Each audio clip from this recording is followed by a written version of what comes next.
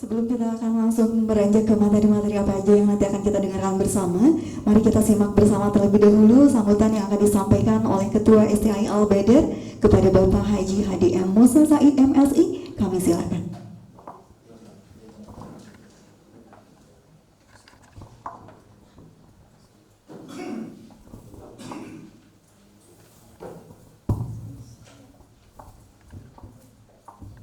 Assalamualaikum warahmatullahi wabarakatuh.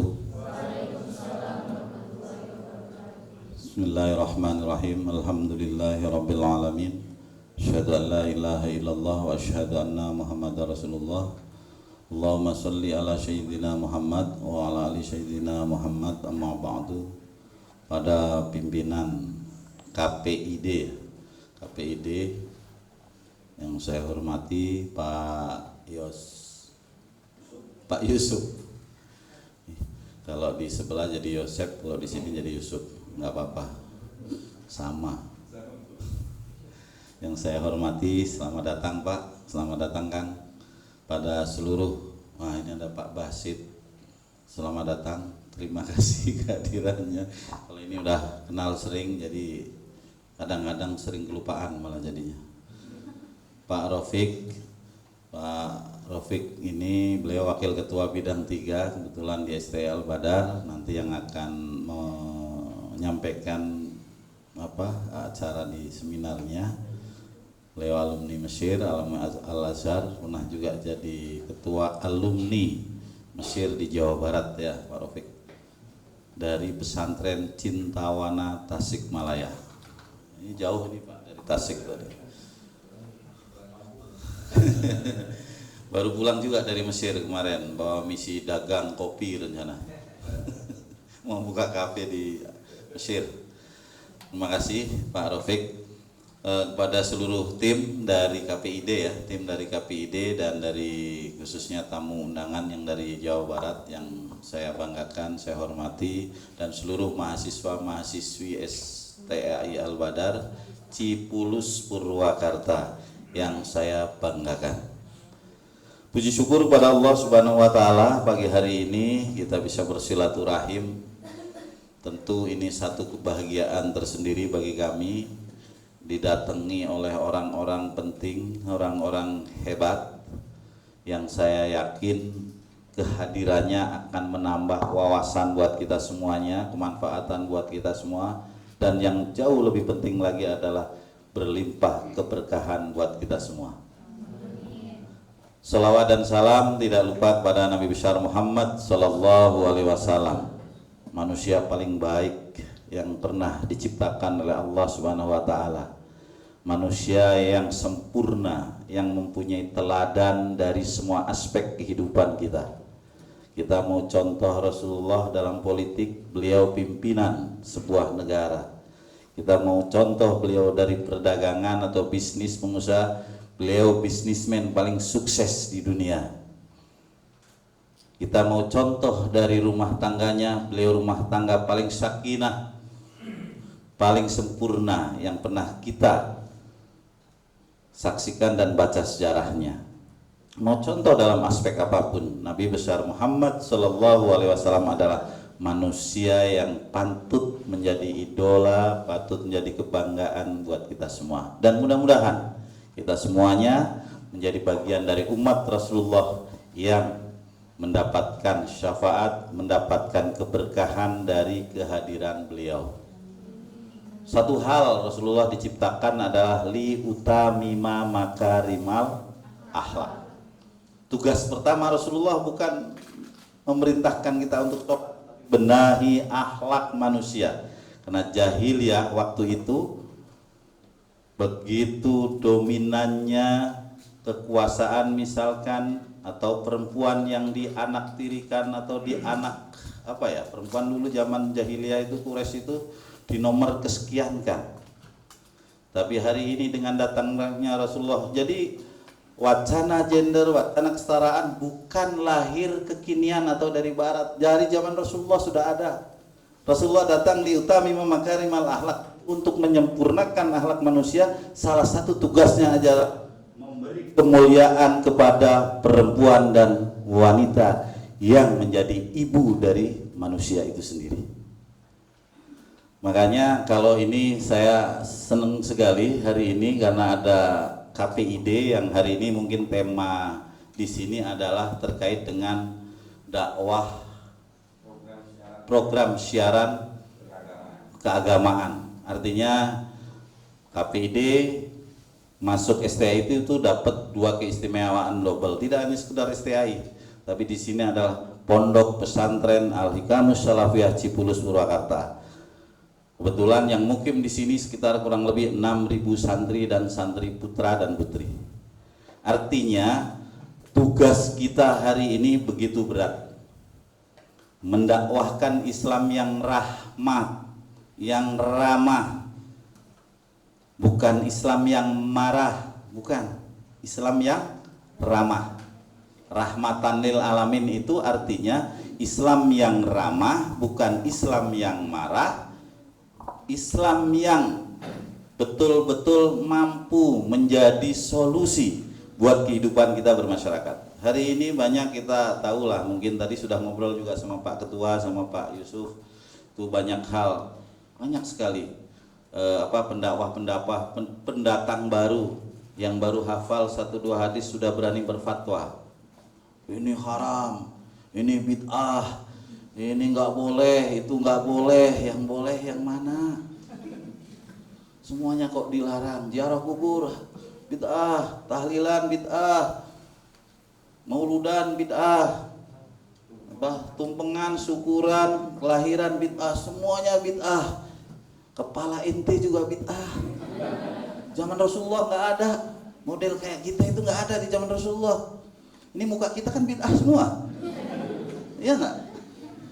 Karena alasan bid'ah mereka kan yang tidak ada di zaman Rasulullah dan tidak disampaikan oleh Rasulullah. Dulu naik onta, sekarang naik mobil, bid'ah. Dulu kemana-mana jalan kaki, sekarang naik motor, naikin bid'ah. Tapi begitu giliran pegang HP ini harusnya kan bid'ah, tapi mereka nggak membid'ahkan. Jadi kira-kira yang tidak menguntungkan buat mereka, bid'ah, haram dan sebagainya. Nah ini dakwah model ini harus dilawan secara bersama-sama. Sampaikan Islam yang benar, sampaikan Islam dengan ramah, sampaikan Islam dengan penuh kasih sayang dan cinta antar manusia. Karena kalau kita mengawali perbuatan pasti kita selalu mengucapkan Bismillahirrahmanirrahim. Apa kalimat pertama? Dengan menyebut nama Allah yang Rahman dan Rahim. Artinya apa? Cinta, kasih sayang Allah itu pada manusia. Jadi tidak ada kalimat benci di situ, tidak ada sama sekali. Manusia diciptakan oleh Allah untuk saling mengenal dari berbagai macam suku, bangsa, ras, agama dan sebagainya. Untuk saling mengenal, bukan untuk saling bermusuhan, untuk saling menyapa, bukan untuk saling memaki, untuk saling membenci. Ini ada mahasiswa kita dari Sulawesi. Ada Pak, ikut program mahasiswa dari daerah terkecil, terjauh, terluar, ada terdalam nanti.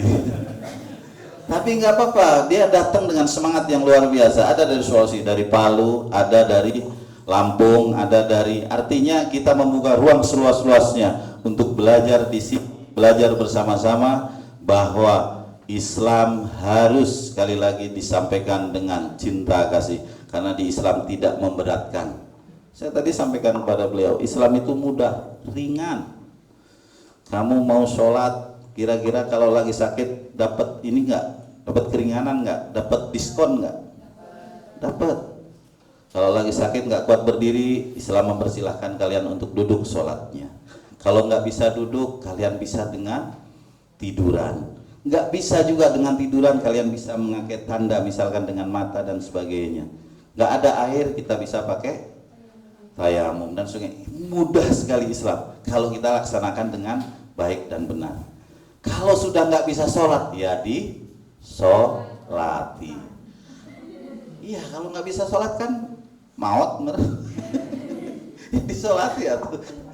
Nah, artinya ada beberapa tahapan yang memang harus. Begitu juga KPI, saya yakin dengan sekian banyak konsep yang nantinya bisa ditawarkan, mungkin kan KPI tugasnya ngawasi ya, ngawasi cara dakwah yang ramah, cara dakwah yang baik, menyampaikan informasi-informasi publik ke masyarakat, misalkan dari kebijakan pemerintah yang itu keberpihakannya kepada masyarakat.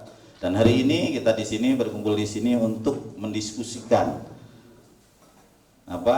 model dakwah keagamaan yang ramah dari kerjasama Al-Badar dengan KPID Jawa Barat. Mudah-mudahan hasil dari diskusi ini nanti mahasiswa, semua staf dosen dan yang hadir pada kesempatan hari ini punya kewajiban untuk menyampaikan ke masyarakat, menyampaikan ke publik bahwa begini loh dengan hidup beragama, hidup berislam, hidup bertoleransi, artinya dengan berbagai macam ragam. Indonesia lahir karena ada Kristen, Hindu, Buddha dan sebagainya.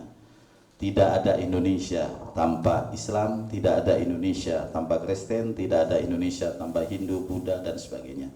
Tidak ada Indonesia begitu juga tanpa Batak, Ambon, Palu, Jawa, Sunda, Batak dan sebagainya.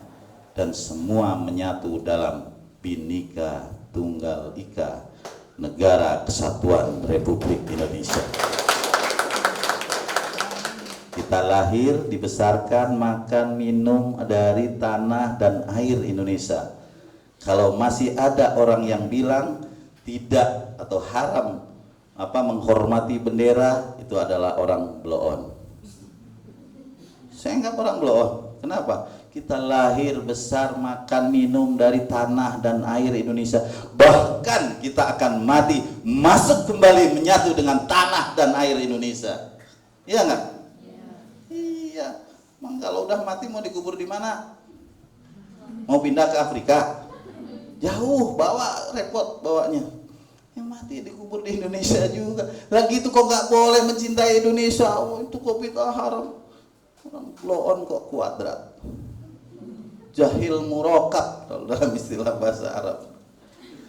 Ya, tolong sampaikan mahasiswa-mahasiswi STI Al-Badar ini kecil, kampusnya baru berdiri, Mbak, Bu, Teh, Kang, Pak Ketua, ini kampus baru berdiri, baru mulai. Jadi mohon maaf nih tempatnya sempit, kecil. Tapi insya Allah dari tempat yang kecil ini lahir intelektual muda Islam yang mampu mendakwahkan Islam Ahlus Sunnah wal Jamaah, yang mampu mendakwahkan Islam rahmatan lil alamin, yang mampu mendakwahkan Islam dengan penuh rahmat dan cinta kasih. Terima kasih, hatur nuhun, mohon maaf dari kekurangan. Wallahul muwaffiq ila aqwamit thoriq. Assalamualaikum warahmatullahi wabarakatuh. Warahmatullahi wabarakatuh. Kami ucapkan terima kasih tentunya kepada Ketua STI Al-Badar yang tentunya sudah memberikan sambutan kepada kita semua, Dewi ya. Ya, betul sekali Kavi, dan semangat ya, jadi semakin Betul. semangat ya. Jadi pagi semakin hari ini semangat. ya. Dan Betul. tentunya Dewi, Ya. ilmu, saya senang sekali dengar kata-kata beliau gitu ya. Ilmu mengajarkan agama Islam itu ramah bukan marah ya. Ilmu tanpa komunikasi itu rasanya kurang ya. Betul. Dan juga tentunya kami ini presenter, host, MC dalam naungan organisasi, tetap kita pun diawasi dengan komunikasi apapun yang kita ucapkan dan juga yang kita sampaikan, betul ya? Betul sekali ya. Jadi semuanya berkesinambungan dan saling membutuhkan ya. Betul. Bagaimana ilmu dan bagaimana cara menyampaikannya. Pasti di sini adik-adik juga teman-teman ya nanti akan menyampaikan dakwahnya, pasti perlu ilmu komunikasi, betul? Betul ya. Baik, selanjutnya mungkin Kavi, setelah kita mendengar sambutan dari Ketua STI Al-Badar, selanjutnya mari kita simak bersama keynote speech yang akan disampaikan oleh Dr. Adiana Slamet, SIPMSI, kepada Ketua KPI di Jawa Barat. Kami silakan.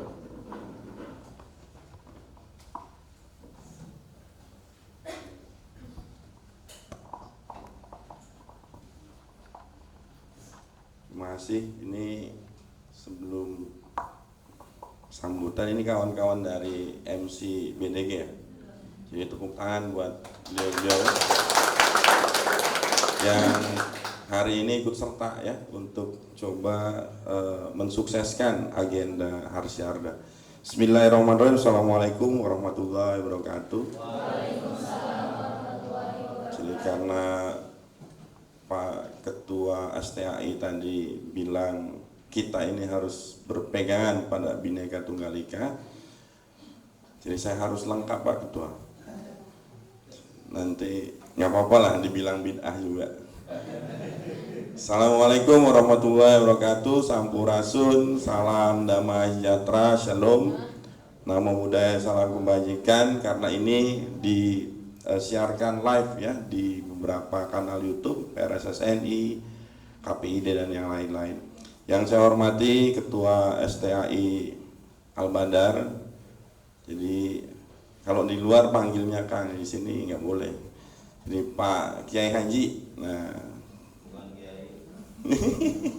jadi Bapak Kiai Haji Hadi. Nah ternyata SIPMSI. Nah, SIPMSI ini jago politik.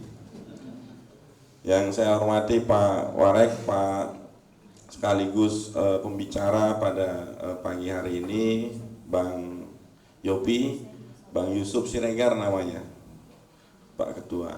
Ini Mas Waka, Wakil KPID Provinsi Jawa Barat beliau.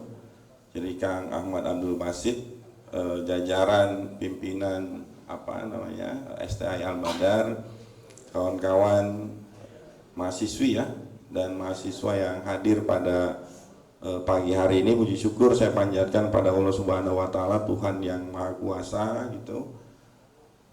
Ini adalah agenda roadshow kami ini titik keempat. Jadi kemarin tanggal 23 kami di Universitas Pajajaran di Vkom, lalu tanggal 24 di Universitas Gunadarma di Depok, lalu di UMI Sukabumi. Al-Badar ini titik keempat untuk coba memperingati Hari Penyiaran Daerah. Jadi Hari Penyiaran Daerah ini adalah dulu Pak Jokowi, Pak Presiden gitu ya, menerbitkan Perpres tahun 2019 bahwa tanggal 1 April itu diperingati Hari Penyiaran Nasional. Tapi kemudian kami KPID Provinsi Jawa Barat memperingatinya setelah 1 April karena memang ada beberapa hal yang kemudian harus kita undur gitu ya. Nah, kawan Bapak Ibu yang saya hormati, yang saya banggakan, hari ini di STAI Al-Badar ini kita mengusung tema program siaran keagamaan. Jadi perlu kita ketahui gitu ya bahwa televisi dan radio itu meminjam frekuensi ya, meminjam ke siapa? Ke masyarakat Indonesia. Dikelola oleh siapa? Dikelola oleh pemerintah atas nama negara. Ya. Di Undang-Undang 32 tahun 2002 dan di gitu ya, disebutkan bahwa frekuensi itu adalah sumber daya alam terbatas dan untuk dimanfaatkan kepentingan publik. Ya.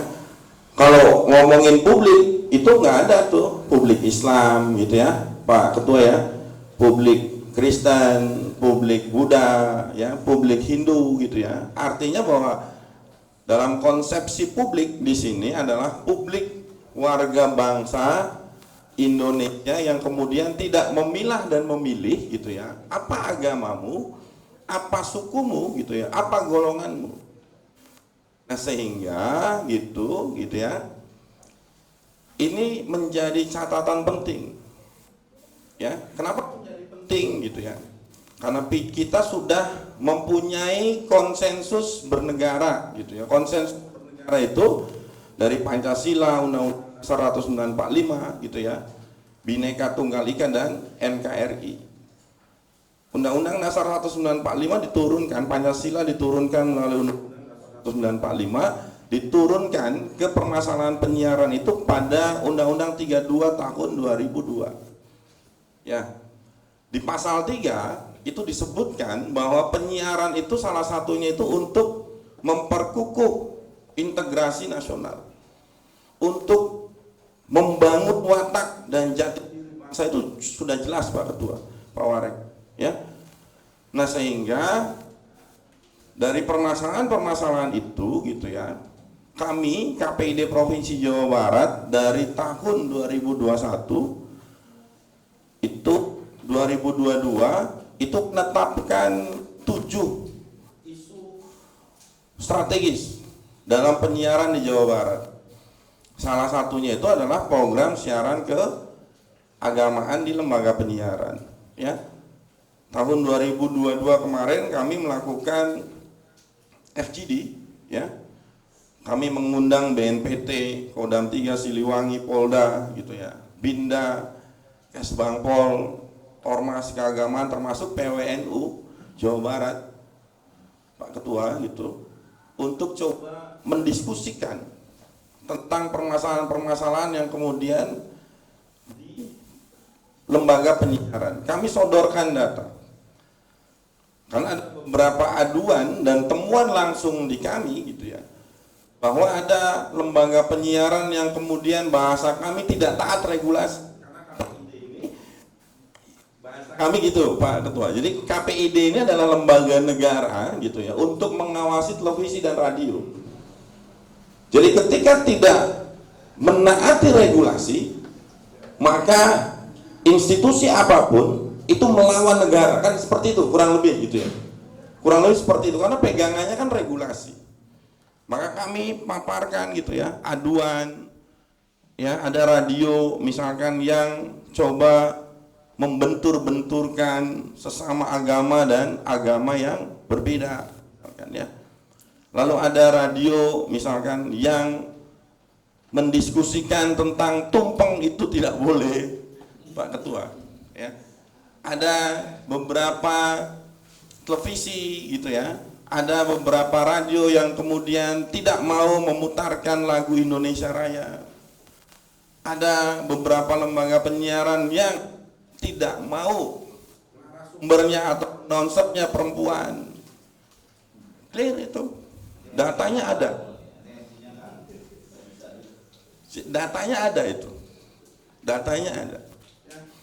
Maka kami dirasa perlu di Jawa Barat ini gitu ya, untuk coba menggaungkan kembali, mendudukkan kembali sewajarnya bahwa lembaga penyiaran ini untuk kita semua, bukan untuk golongan tertentu, bukan untuk agama tertentu, bukan untuk suku tertentu. Tapi kemudian ini adalah satu regulasi yang kemudian harus kami pegang, Pak Ketua. Ini catatan-catatan penting gitu ya, yang hari ini harus saya sampaikan di STI Al-Badar ini, ya. Karena ada beberapa hal gitu ya. Ini kemarin juga saya bilang, kenapa hanya di lembaga penyiaran? Ya, ini catatan penting nih KPID Provinsi Jawa Barat. Kemarin saya bilang bahwa hari ini yang kami awasi ini hanya TV dan radio. Pak Warek, ini draft RUU, draft rancangan Undang-Undang 32 tahun 2002, ini lagi dibahas. Jadi penyiaran itu nanti akan diperluas katanya. Jadi tidak hanya TV dan radio gitu ya. Di media sosial itu begitu banyak tuh pertentangan-pertentangan yang seperti itu. Tapi karena wilayah kami ini adalah wilayahnya TV dan radio, kami hanya mengawasi itu. Ya. Nah tadi saya bilang ke Pak Ketua STAI gitu ya, ada hal pergeseran gitu ya. Ini pandemi pasca pandemi. Ada beberapa lembaga penyiaran yang kemudian diakuisisi, ya, yang diakuisisi oleh kelompok-kelompok tadi yang saya sebutkan tadi, gitu ya. Ini ada Bang Yopi. Mudah-mudahan anggota beliau tidak ada. Jadi, Bang, izin Bang, ya. Karena beliau ini Ketua PRSSNI Jawa Barat, anggotanya ratusan. Jadi kita sama Bang Yopi ini sudah kayak apa saudara. Jadi kalau ada apa-apa, bang ini bang, nah gitu. Ya, ada yang diakuisisi yang beberapa lembaga penyiaran kolaps, ya, lalu diakuisisi oleh kelompok-kelompok itu karena nggak sanggup untuk coba membiayai produksinya, ya. Itu nggak satu dua, itu puluhan. Nah, sedangkan kalau kita tidak lagi kemudian misalkan ya mengukuhkan kembali gitu ya ideologi negara konsensus tadi yang kemudian diimplementasikan dalam Undang-Undang 32 Pedoman Perilaku Penyiaran dan Standar Program di Jawa Barat ini lembaga penyiarannya terbanyak se-Indonesia. Ada 437 lembaga penyiaran di 27 kabupaten kota, Pak Ketua. Jadi kalau kita tidak menggaungkan itu semua akan berbahaya. Ya. Tanggal 15 Agustus 2022 kami membuat khusus surat edaran nomor 1 tahun 2002 tentang program siaran keagamaan. Karena bagi kami ini sudah mengkhawatirkan. Ya. Kami bikin surat itu gitu untuk sebagai norm ya tertulis yang kami bikin untuk kami sebarkan ke TV sama radio. Ya, walaupun sudah ada undang-undangnya, walaupun ada pedoman perilaku penyiaran dan standar program siaran, tapi kita tekankan kembali gitu. Bahwa ini surat edaran ini harus ditaati. Ya. Kami sudah komunikasi dengan MUI, dengan NU, dengan Muhammadiyah, dengan Persis.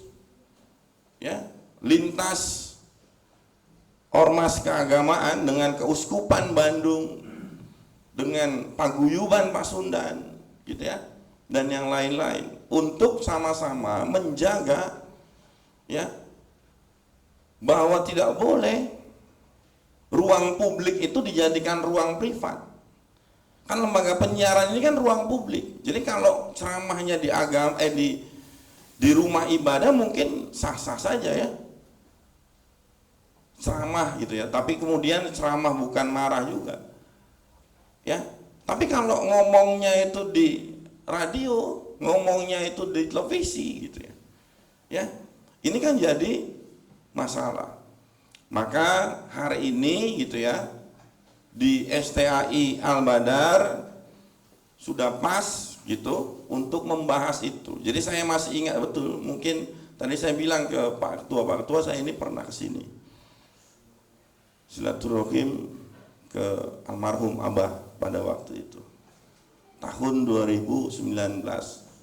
Salah satu isu yang kami diskusikan pada waktu itu intoleransi. Saya masih ingat betul ya, silaturahim ke Abah. Salah satu isu yang kami diskusikan itu adalah silaturahim. Tahun 2023 saya datang lagi gitu ya, ini by nature gitu. Jadi saya harus silaturahim lagi ke Cipulus,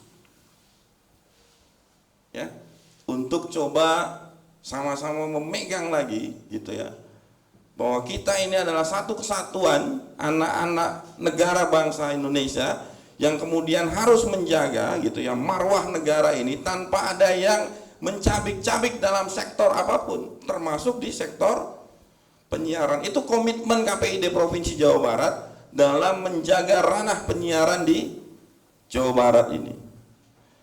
Karena supaya kita semua, tadi Pak Ketua bilang, beragama itu gitu ya, Islam itu adalah rahmatan lil alamin. Ya, tidak kemudian memaki gitu ya, tidak kemudian mencela ya. Sampai ada ini Pak Ketua, ini saya mengalami di Purwakarta.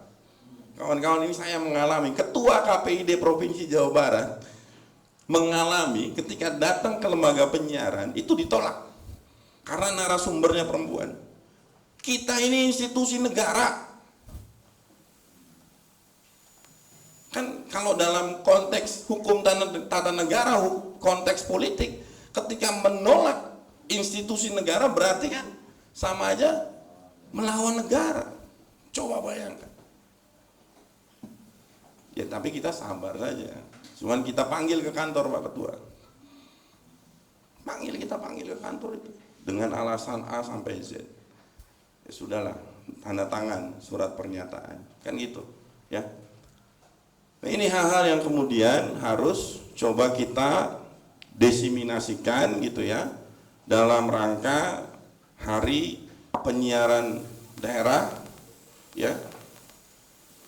Pertama kali ini Pak Ketua, Pak Warek, ini kami KPID Provinsi Jawa Barat ini pertama kali untuk membuat agenda Harsyarda. Di provinsi lain nggak ada, seluruh Indonesia.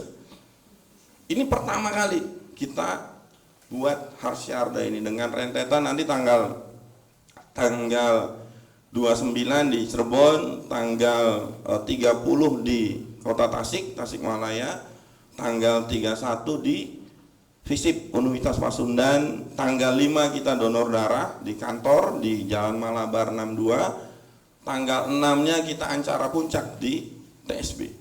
Jadi mudah-mudahan ikhtiar kita semua untuk menjaga penyiaran yang sehat di Jawa Barat ini bisa diridhoi Allah Subhanahu wa taala dan kita dikasih kekuatan gitu ya untuk menjaga ini semua. Mungkin itu yang bisa saya sampaikan. Maaf kalau ada hal yang tidak berkenan. Wassalamualaikum warahmatullahi wabarakatuh.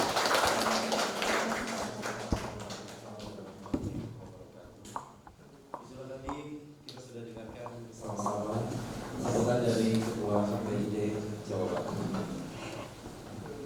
Ya, baik. Bapak, Ibu, juga teman-teman semua yang hadir pada siang hari ini.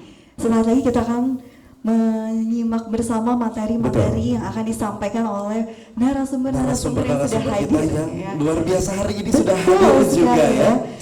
Dan juga tentunya para mahasiswi di sini saya lihat udah pada bawa buku nih. Ini begitu luar biasa sekali karena mungkin beberapa tahun ke belakang saya mengalami hal yang sama. Saya bawa buku, nyatet juga gitu Jadi ya. pernah ada di posisi duduk di sana ya? Betul juga. Karena memang komunikasi itu penting. Komunikasi itu sangat penting. Ilmu penting, komunikasi juga penting gitu ya. Mungkin adik-adik mahasiswa dan juga mahasiswi melihat kami mungkin di TV dan juga di radio, enak banget ya. Ngobrol atau komunikasi itu semudah itu gitu ya. Namun tidak semudah itu, kami juga diawasi ya. Betul ya. Kita pun dididik juga ya sama seluruh senior-senior kita ya. Betul. Iya, dan tentunya sebelum nanti kita akan mengundang siapa yang akan menjadi narasumber ya. dan memimpin menjadi moderator, mungkin ada baiknya kita akan mengabadikan momen kebersamaan kita pada kesempatan kali ini. Kita akan foto bersama terlebih dahulu. Kami persilakan kepada Ketua KPID, kepada Ketua STAI betul, dan juga seluruh narasumber mohon berkenan untuk maju ke depan. Kami persilakan untuk melaksanakan sesi foto. Boleh. Pada kesempatan yang luar biasa tentunya siang hari ini diabadikan momen spesial tentunya hari ini ya. Silakan teman-teman dari event organizer. Oke, baik.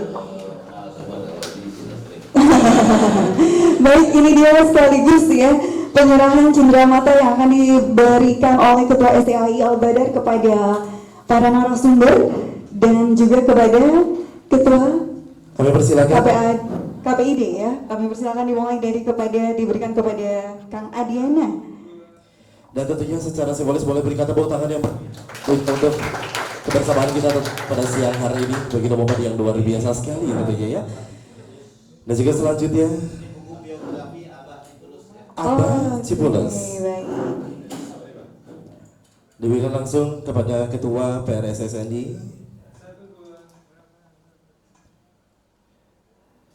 Boleh berikan tepuk tangan yang meriah tentunya untuk siang hari ini. Begitu luar biasa sekali.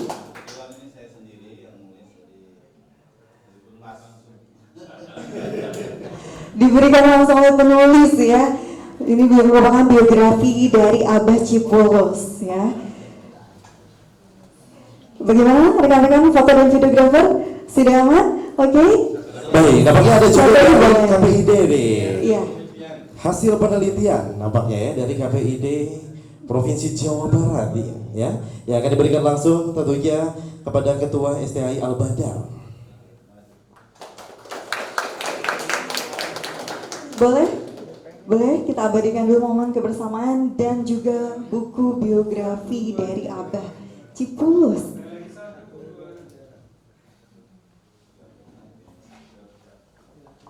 Terima kasih Bapak-Bapak, kami persilakan untuk kembali ke tempat. Kami ucapkan terima kasih, luar biasa sekali tentunya ya.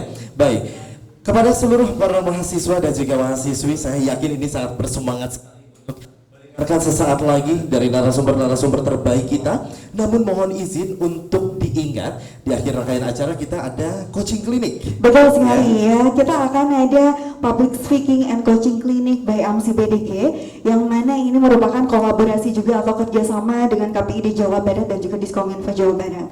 Dan tidak ada yang kalah menarik lagi, kita ingin sampaikan tentu saja nanti di akhir acara kita akan bagikan sejumlah saldo digital untuk teman-teman semua yang ada di sini ya.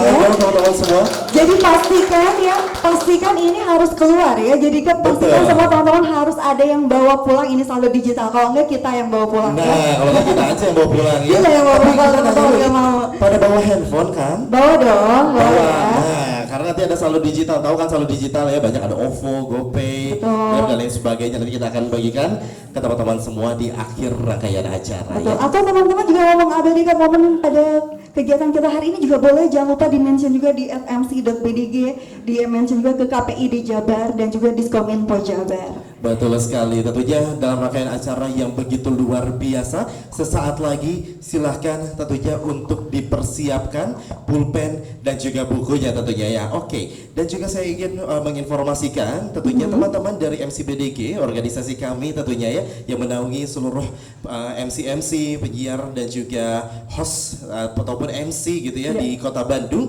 Kita punya promo nih ya, kita punya kerjasama dengan teman-teman dari Grab ya. Ya, dari Grab Jabar, yang mana kita bisa kasih diskon hingga 90% untuk teman-teman pengguna Grab yang baru. Jadi mau kemana aja ya, masukin kode promonya. Kode promonya adalah Grab MCBDG. Grab MCBDG. Betul. Ayo, boleh dicatat semuanya, boleh dicatat, boleh ditulis Grab Boleh. MCBDG dengan caps lock ataupun tulisan huruf besar gitu ya. Dan ini masih berlaku sampai 15 Juni nanti. Wow, sampai 15 Juni 2023 berarti Betul. walaupun rangkaian hari ini ataupun Rasul Seminar berakhir puncak acara di 6 Juni 2023, namun promonya masih aktif Masih hingga 15 bisa Juni ya. betul ya. Spesial buat teman-teman semua nih yang hadir pada saat ini ya, tentunya khususnya untuk mahasiswa-mahasiswi STAI Al-Badar. Betul sekali, dan tentunya Dewi, kita Iya, sesaat lagi akan menyaksikan momen-momen yang begitu luar biasa, dan kami bersama-sama akan mengundang tentunya moderator kita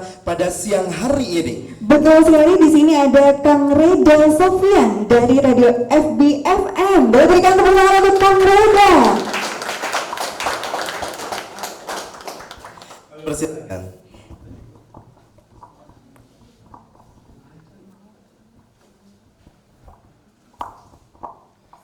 Bismillahirrahmanirrahim.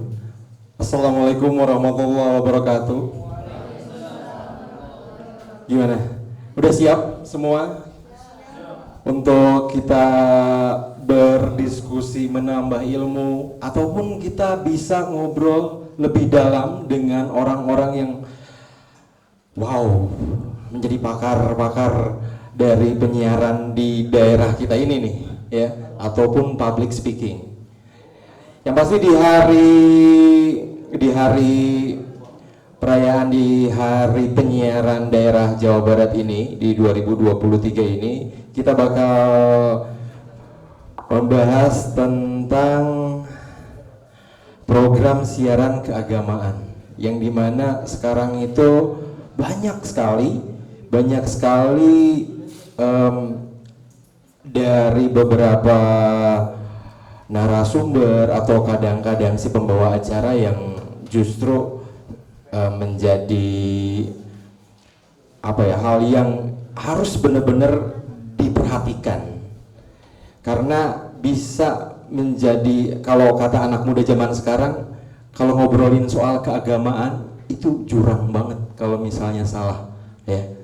Oke, narasumber yang bakal hadir untuk jadi pembicara hari ini adalah Bapak Ahmad Abdul Basit sebagai Wakil Ketua KPID Jawa Barat. Terus akan ada juga Bapak Joseph Siregar sebagai Ketua PRSNI. Oh, Yusuf Siregar sebagai Ketua PRSNI ya. Terus ada juga Bapak Ustadz Zainur Rafiq, ini sebagai dosen, banyak banget ininya, sebagai dosen dari Al-Badar sendiri. Terus juga dia sebagai penulis dan banyak menjadi aktivis Islam lainnya.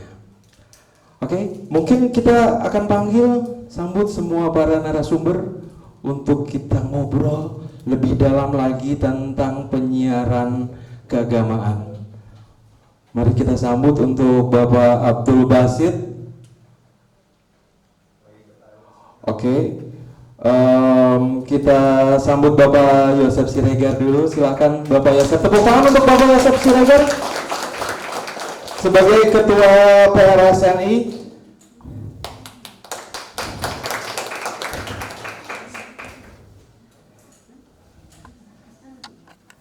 Yang berikutnya kita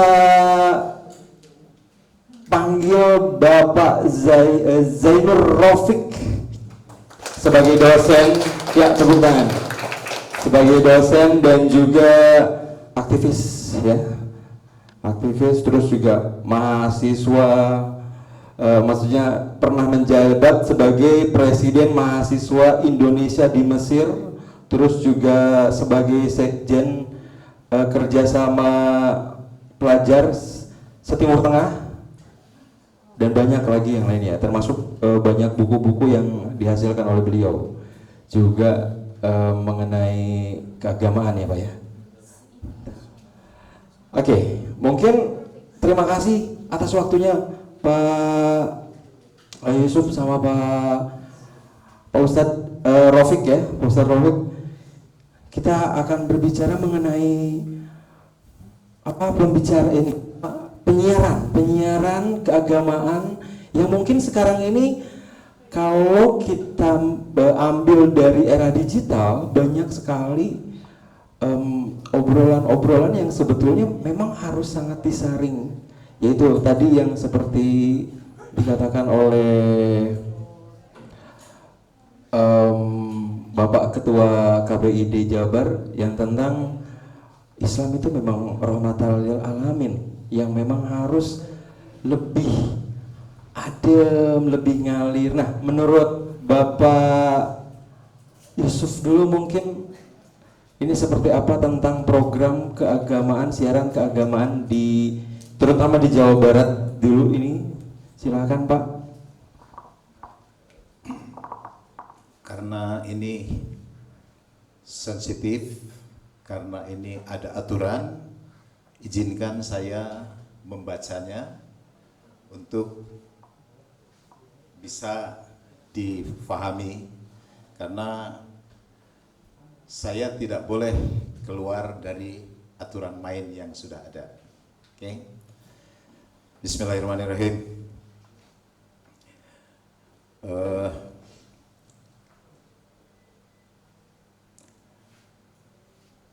Penyiaran itu dilakukan oleh lembaga penyiaran yang legal, itu pertama. Lembaga penyiaran itu bernaung di bawah satu asosiasi. Di Jawa Barat, lembaga penyiaran ada beberapa asosiasi, di antaranya PRSSNI. Seluruh anggota PRSSNI diwajibkan memiliki izin siaran, memiliki izin frekuensi. Dua itu yang diterbitkan oleh Kominfo di bawah pengawasan KPID. Itu hal yang mutlak yang harus dimiliki oleh satu lembaga penyiaran. Jelas kalau badan hukumnya dia harus bayar pajak dan lain sebagainya. mereka yang menjadi penyiar-penyiar di radio itu harus melalui tes yang dilakukan oleh radio yang bersangkutan sesuai dengan segmentasinya. Apakah itu radio dangdut, apakah itu radio anak muda, radio dewasa, dan sebagainya. Mungkin adik-adik itu udah di luar kepala ya. Mereka dalam bersiaran sesuai dengan segmennya itu ada panduan-panduan yang mereka harus patuhi. Yang tadi saya nggak usah ulangin, sudah diucapkan oleh Pak Adiatna, undang-undang dan sebagainya yang diterbitkan oleh pemerintah. PRSSNI menaungi itu semua dan bertanggung jawab kepada KPID. KPID sering melakukan peningkatan sumber daya manusia di PRSSNI untuk menghindari hal-hal yang tidak diinginkan. Mengenai siaran agama itu untuk seluruh radio siaran diperkenankan selama agama itu sah berada di Republik ini. Agama Islam, Kristen, Hindu, Buddha sah bersiaran di radio. Dan mereka kita kasih tempat untuk itu. Radio tidak boleh membatasi hanya boleh radio A, hanya boleh agama A, agama B, agama C. Tidak. Kita terbuka. Radio bagian dari nasionalis bangsa. Radio sangat terbuka selama itu dilindungi undang-undang. Siaran-siaran dakwah dan lain sebagainya. Jadi kalau ada satu radio yang khusus bergerak dalam satu agama, mungkin adik-adik sudah tahu banyak. Di Jawa Barat itu banyak. Daerah kita Subang itu ada El Sifa, itu anggota kita juga PRSNI Jawa Barat. Ada Roja, anggota PRSNI Jawa Barat. Di Tasik, Garut kalau nggak salah ada juga. Semua mereka kita minta untuk mentaati aturan-aturan main tersebut. Tidak diperkenankan mereka untuk melakukan apa yang dan bukti-bukti siar mereka itu akan sampai selama mereka anggota PRSNI, kecuali yang di luar anggota PRSNI bukan wewenang kami, wewenangnya KPID. Beberapa radio memang ada yang mungkin adik-adik dengar yang di luar dakwah ini. Ada beberapa radio yang dari pagi sampai sore muter iklan radio dengan testimoni yang satu obat bisa 1000 penyakit gitu. Nah, ini bagian dari pembodohan kita, pembodohan kepada masyarakat. Itu kami sudah bekerja sama dengan KPID bahwa radio ABCDE itu terpanggil kita peringatin. Kecuali di luar anggota kami itu bukan wewenang kami. Tapi PRSSNI menjaga siarannya yang berguna untuk masyarakat khususnya Jawa Barat. Kalau adik-adik mungkin mendengar salah satu radio anggota PRSSNI yang ada di Jawa Barat lah, adik-adik kan nggak semuanya dari Purwakarta tuh, dari macam-macam. Saya juga jauh dari Batak sana, tapi dari kecil di Cimahi, jadi hese disebut orang Batak lagi. Susah. Itu tolong sampaikan ya, sampaikan ke PRSSNI. Nanti mungkin kita bisa berbagi. Ini juga berkas, mungkin saya tinggalkan. Ini nggak usah saya baca karena sebagian besar sudah dibaca, diterjemahkan oleh Pak Adiatna. Hanya saya memberikan garis besar fungsi dari penyiaran kami. Nah, jadi tidak ada, yang intinya tidak ada radio kami hanya menyiarkan satu agama. dan tidak boleh agama lain. PRSSNI memberikan sesuai dengan aturan dan undang-undang, seluruh agama yang sah di Republik ini boleh melakukan syiarnya di radio-radio anggota kami. Saya rasa sementara itu adik-adik kalau ada pertanyaan silahkan. Terima kasih Bapak Yusuf. Tepuk tangan. Tapi memang di masa atau di era digital ini yang menjadi pokok permasalahannya adalah kami sebagai pelaku itu selalu pengen kalau dibilang upgrade ya Pak ya, mengupgrade diri, cuman memang udah terbiasa dengan aturan dari KPID, PRSNI. Kalau kami sebagai penyiar radio nyebutnya surat cinta dari PRSNI atau dari KPID. Itu untuk mengupgrade sendiri dari sisi siaran dia digital, terus keagamaannya kan. Kalau digital ini sekarang maaf nih agak ngeri ya Pak ya, agak ngeri, agak serem. Cuma kalau kita nggak ikutin juga ke situ tuh Pak. Nah, itu gimana Pak menyikapinya, kita sebagai anggota yang terawasi, yang betul-betul sudah terbiasa dengan santun, dengan berbicara dengan layak, justru kita mulai tergeser oleh pihak digital yang sebetulnya banyak banget yang kalau kata orang muslim itu lebih banyak banget mudorotnya dibanding manfaatnya untuk dari bahasa itu sendiri. Coba Pak tanggapannya untuk Pak Yusuf. Tadi saya ada tertinggal bahwa PRSSNI menyediakan satu laboratorium, satu ruang untuk anggotanya belajar streaming, siaran secara digital. Gitu. Ada dilatih di kita. Setiap anggota kami yang 108 itu punya kesempatan karena radio itu studio itu dibangun atas dana dari anggota-anggota kami. Mengenai siaran yang di digital itu PRSSNI tidak bisa menjangkau ke sana karena itu bidangnya Kominfo. PRSSNI adalah siaran analog. Jadi siaran yang live, terkendali dan terkontrol. Tidak ada hoax di radio. Radio adalah lembaga penyiaran yang bisa dipercaya dan sangat dipercaya oleh pemerintah.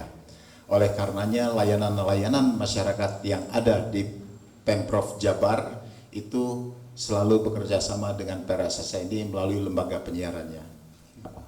Jadi maaf, saya tidak bisa masuk ke area digital karena itu bukan wewenang PRSSNI. Terima kasih. Tapi berarti dari pihak PRSNI pun udah berusaha untuk membantu mengupgrade teman-teman pihak radio dengan mengadakan tempat ya Pak ya? Oke, sangat bagus supaya digital mereka nggak seperti yang Yu bilang tadi. Oke, betul Pak. Siap, terima kasih Pak. Oke, berikutnya coba saya ingin bertanya pada atau mendengar dari Pak Ustadz Raufik tentang gambaran dari sisi Islamnya sendiri yang begitu berdalam, apalagi di era sekarang di mana banyak bermunculan ustadz atau ulama-ulama atau penceramah-penceramah yang muncul di ranah kembali kita bilang digital, dan mereka pun mencoba melakukan dengan hal-hal atau cara baru untuk merangkul para audiensnya. Nah, menurut Pak Raufik sendiri dari sebagai aktivis Muslim itu bagaimana Pak melihatnya, terutama dari siaran radio untuk yang keagamaan ini, terus juga batasan apa sih sebetulnya yang harus dilakukan oleh si penceramah atau si pembawa acara seperti saya ini?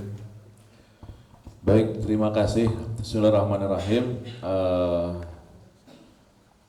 Pertanyaannya memang sangat-sangat substansial dan kita bersyukur terutama para mahasiswi Al-Badar ini kedatangan para aktivis dari komite penyiaran, dari PRSSNI, kemudian dari aktivis para penyiar. Ini terus terang saja menjadi sebuah wasilah ataupun kelanjutan dari himmah para mahasiswa. Kenapa? Karena setelah mereka ini menempuh banyak ilmu di STI Al-Badar, untuk pengabdiannya adalah memang seperti diantaranya digambarkan tadi. Nah, maka Kang, akan ada sebuah masalah besar ketika para santri sudah punya ilmu, akan menyampaikan dan tidak tahu tata caranya. Monggo Ustaz.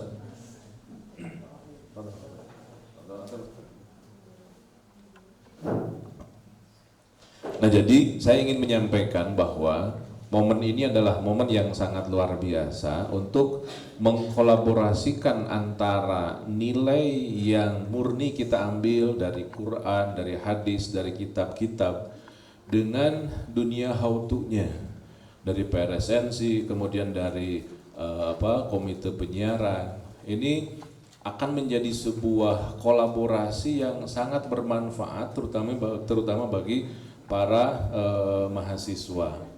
Nah, sebenarnya di dalam agama sendiri itu ada aturan-aturannya dan itu sangat-sangat dicontohkan oleh panutan kita Rasulullah SAW. Bagi para ulama misalkan dalam berdakwah itu kan, kalau kita di Islam bagian dari dakwah. Dalam dakwah itu juga tidak asal menyampaikan. Ada istilahnya fiqhud dakwah.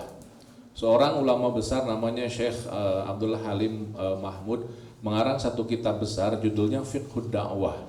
Fiqhud Dakwah itu, fiqhu itu adalah al-fahmu, faham, ad-dakwah itu penyampaian.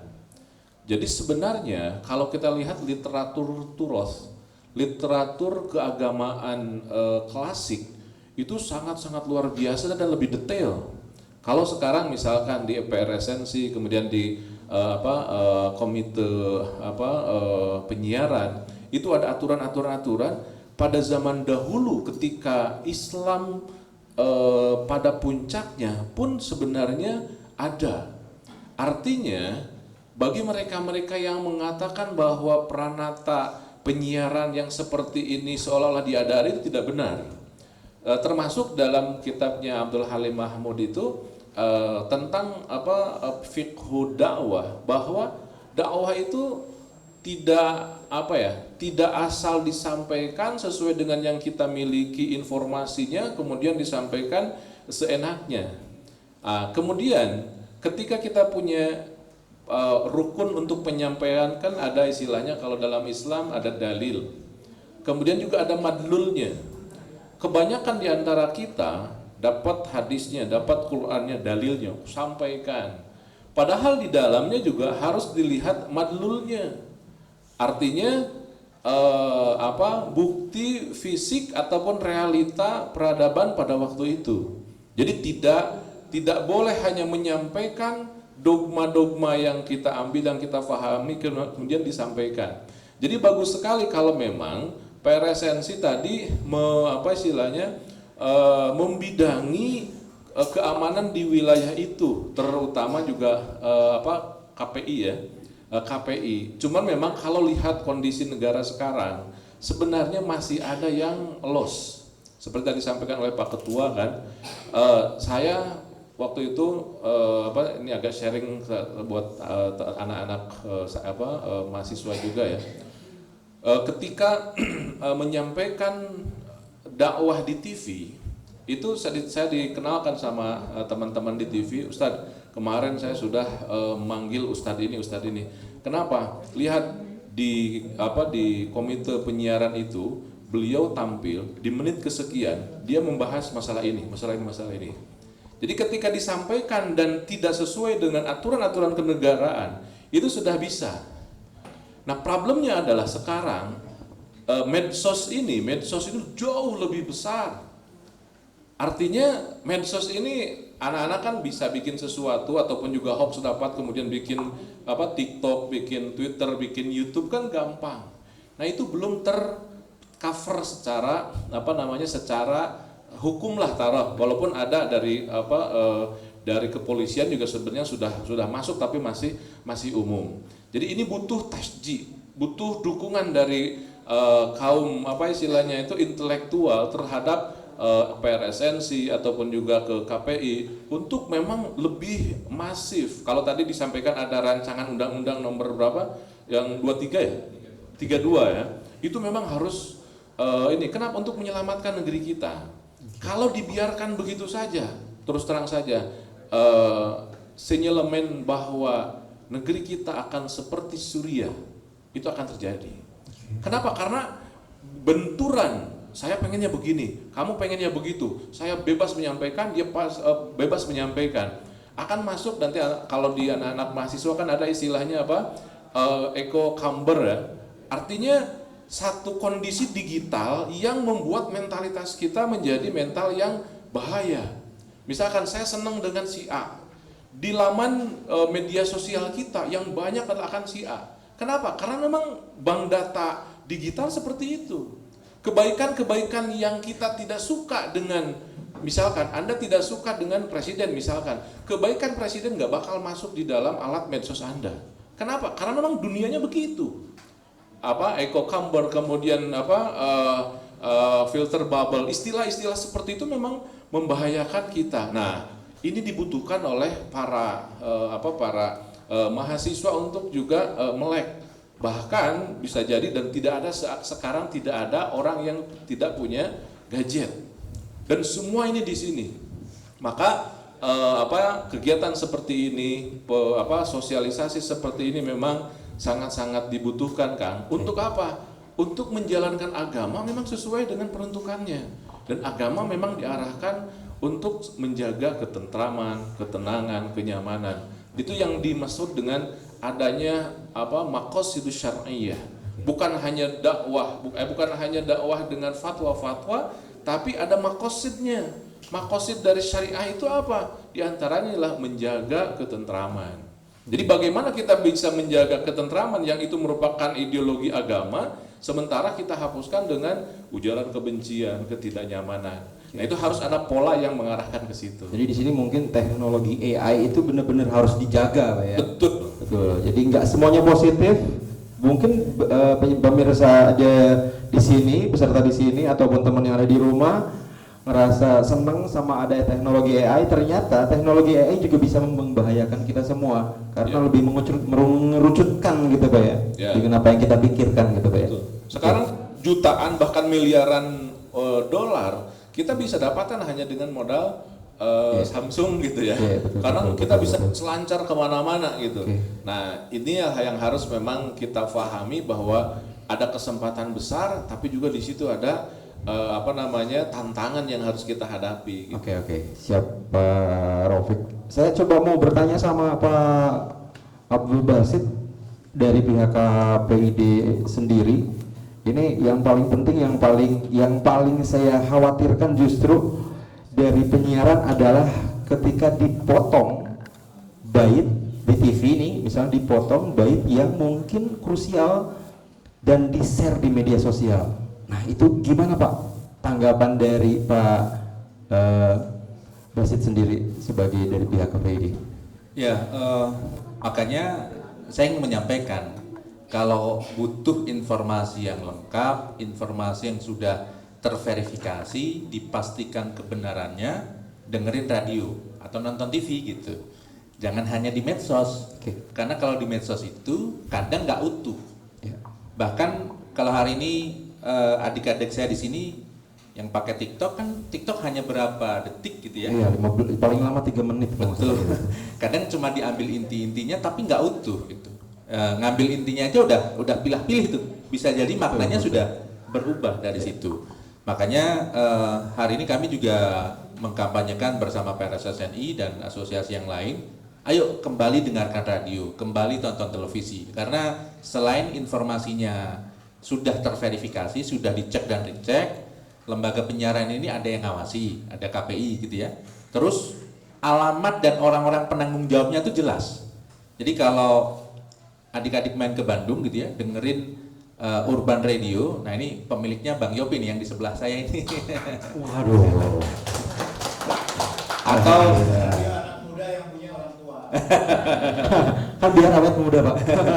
atau dengerin radio se-Jawa Barat, ada kurang lebih berapa 110 anggota, ada radio apapun gitu. Nah ketuanya juga Bang Yopi ini. Jadi beliau ini mengetuai organisasi radio paling besar di Jawa Barat yang isinya radio-radio.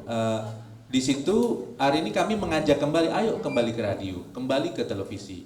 Informasinya sudah konkret, tapi juga gratis. Nah itu gratis karena kita nggak bisa bicara hanya untuk masyarakat perkotaan yang secara akses ekonomi lebih baik, tapi saudara-saudara kita yang lain, mereka itu kan tetap butuh informasi, butuh hiburan. Sementara akses untuk mendapatkan informasi itu kan hak asasi setiap orang yang dilindungi undang-undang juga. Jadi dalam hal ini radio dan TV itu menyajikan informasi secara gratis yang itu juga menjalankan amanat undang-undang gitu kan.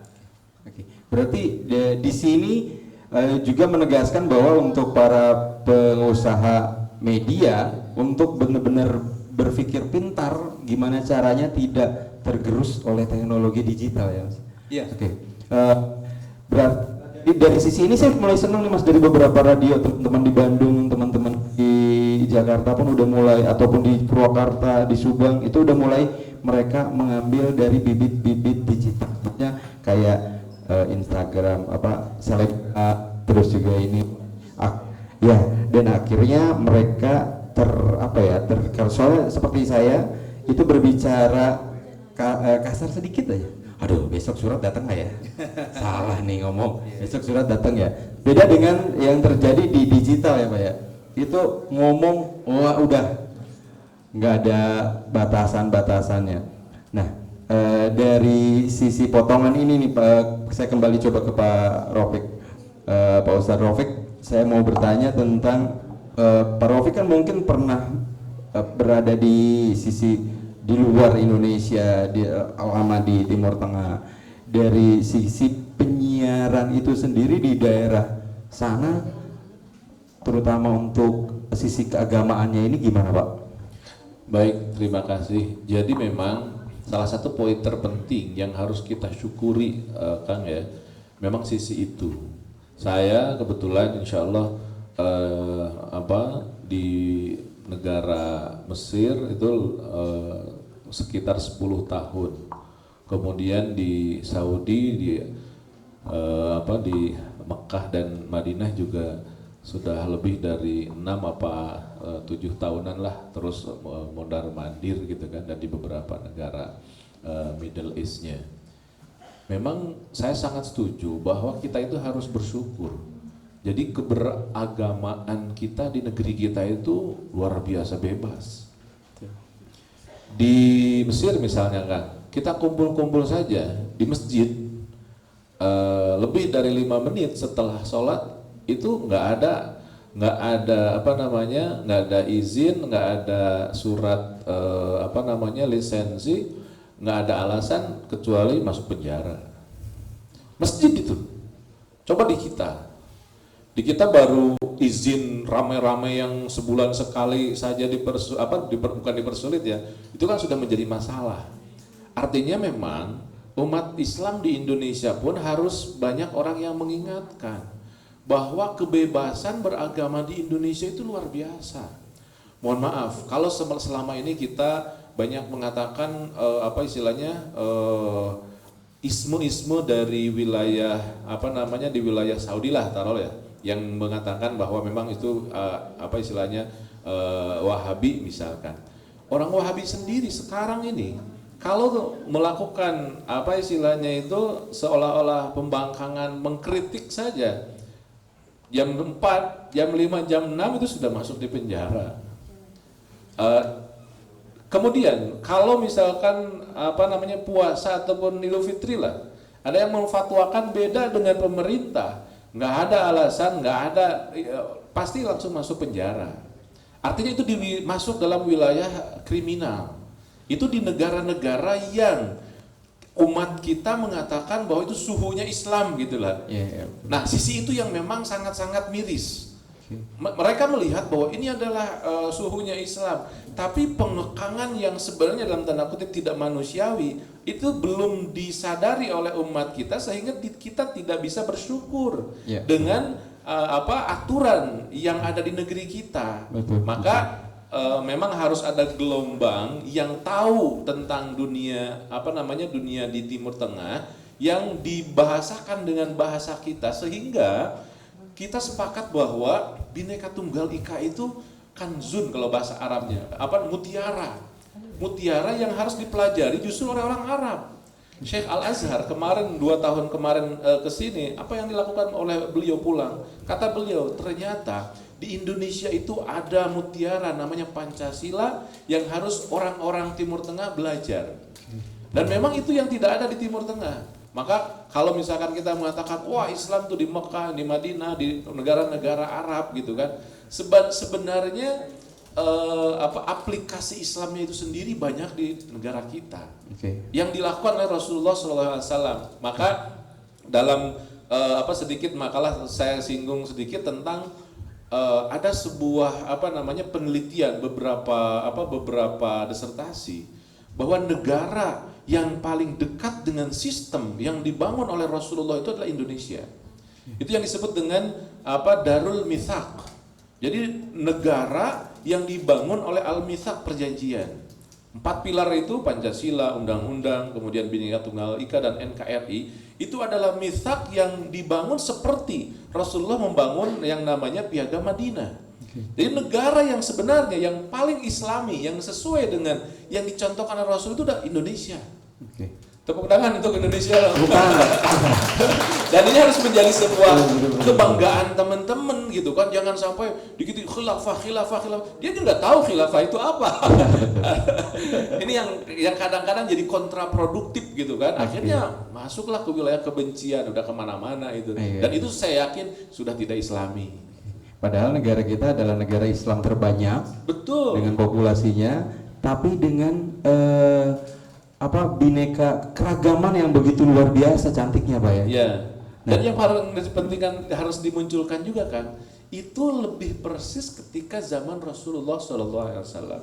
Rasulullah itu kan datang ke Madinah, di situ kan orang ada Yahudi Bani Qainuqa sudah lebih dari 700 tahun bercokol. Ketika Rasulullah datang ke Madinah, apakah orang Madinah kemudian merasa, aduh saya orang kalah, minoritas? Enggak. Justru kata Rasulullah, barang siapa yang mengganggu orang kafir, dhimmi, berhadapan denganku. Jadi Rasulullah berhadapan dengan orang yang mengganggu non-muslim. Jadi tidak benar kalau ada yang mengatakan itu non-muslim, darahnya halal, kalau dibom itu jadi kita masuk surga. Itu sangat-sangat istilahnya pembodohan yang luar biasa. Dan kita bisa bertanya, kalau dia pemahaman seperti itu, kita tanya, hari akang diajar Islam nanti mana gitu. Itu sudah betul-betul keluar dari aturan Islam yang sebenarnya. Oke. Dari sisi itu ya Pak ya, dari tadi yang dikatakan oleh Pak Yusuf sendiri tentang bahwa PRSNI itu nggak membatasi siaran para radio anggotanya ya Pak ya, tidak hanya satu agama tapi beragam agama. Nah, untuk menyikapi tetap ada ini Pak, kayak misalnya tetap ada siaran keagamaan lain di satu radio itu yang mungkin maaf nih Pak, saya seperti ada satu radio yang tempat saya singgah itu yang punyanya non muslim tapi kebanyakan ininya muslim gitu, atau apa gimana Pak itu? Itu dari aturan radionya atau dari pihak PRSNI atau KPID menyarankan atau seperti apa Pak? Enggak, beda dari gini Pak, dari setiap radio kan hampir rata-rata yang sekarang sering kedengar, walaupun yang lebih umum, lebih kompleks, lebih lebih general, radio-radio yang udah terkenal gitu, itu kebanyakan ketika siaran keagamaannya itu identik dengan satu agama, Pak. Nah, itu apakah ada teguran atau dari pihak PRS ini atau KPID juga ikut menyarankan coba tolong di agama lain, atau itu hak prerogatif dari si radio itu sendiri, Pak? Intinya radio itu punya moto. Radio itu berguna bagi sesama. Kira-kira seperti itu. Radio. Jadi ketika di satu radio ada yang menyiarkan agama A, itu tidak menjadi masalah. Tidak harus dia menyiarkan agama B, agama C. Kalau ada yang mau menyiarkan agama B, agama C, Oke, jadi itu hak prerogatif dari pihak radio sendiri, Pak. Jadi kalau radio itu menolak dengan alasan bahwa kami misalnya Muslim, kami nggak mau nerima Kristiani untuk bersiaran di sini, itu bisa datang ke Yusuf Siregar. Berarti dari pihak pendengar boleh memberikan pengaduan ketika mereka menyarankan untuk ada siaran agama lain, ya, Pak, ya? Hanya karena pengen info misalnya, saya pengen dapat info agama anu dong, coba adain misalnya acara keagamaan agama B misalnya, Pak. Iya. Mungkin yang punya radio minta, ini yang agama B, majukan ke sini. Gitu. Nanti kita yang akan sediakan waktunya untuk kapan mereka bisa memanfaatkan peluang. Tapi kalau ada penolakan dari pihak radio bisa lapor langsung ke PRS atau KPID, Pak. Dia udah bukan Pak Ketua tadi, bukan Pancasila lagi dia. Udah bukan Pancasila, Pak, ya? Pancasila. Itu harus diketok tuh. Berarti memang kita cinta keberagaman. Lanjut. Mungkin dari teman-teman ada yang mau bertanya tentang siaran keagamaan ini? Saya sedikit boleh, silakan. Adik nanya. Adik-adik di sini ada penyiaran di Badar, ada yang hobi mata kuliah penyiaran atau yang hobi penyiaran. Kalaupun nggak ada silakan. Di IKIP Bandung, radio-radio universitas di Bandung yang ada itu mereka mengajukan kepada PSSNI untuk diberi kesempatan mempergunakan studio digitalnya yang kita share ke publik, dan publik bisa tahu, itu radio Al-Badar, Sekolah Tinggi Al-Badar, itu IKIP, itu ITB. Jadi silakan manfaatkan yang PSSNI sediakan untuk generasi muda, generasi kalian mengembangkan pengetahuannya di digital di studio PSSNI. Tapi kalian agar mengirimkan surat permintaan untuk itu supaya schedule-nya bisa diatur oleh sekretariat. Terima kasih, ya, Pak. Siap. Alhamdulillah. Siapa tahu teman-teman di sini mau jadi pendakwah kan nanti. Mau jadi pendakwah, betul. Salah satu langkahnya adalah dari siaran radio dulu yang ada di kampus mungkin, Pak, ya. Di kampus ini mudah-mudahan menjadi fasilitas ke depannya, Pak, ya, di sini. Apa udah ada Pak Rofik di sini? Belum, ya, Pak, ya? Udah ada tawaran. Ada tawaran dari Pak Basir, Pak.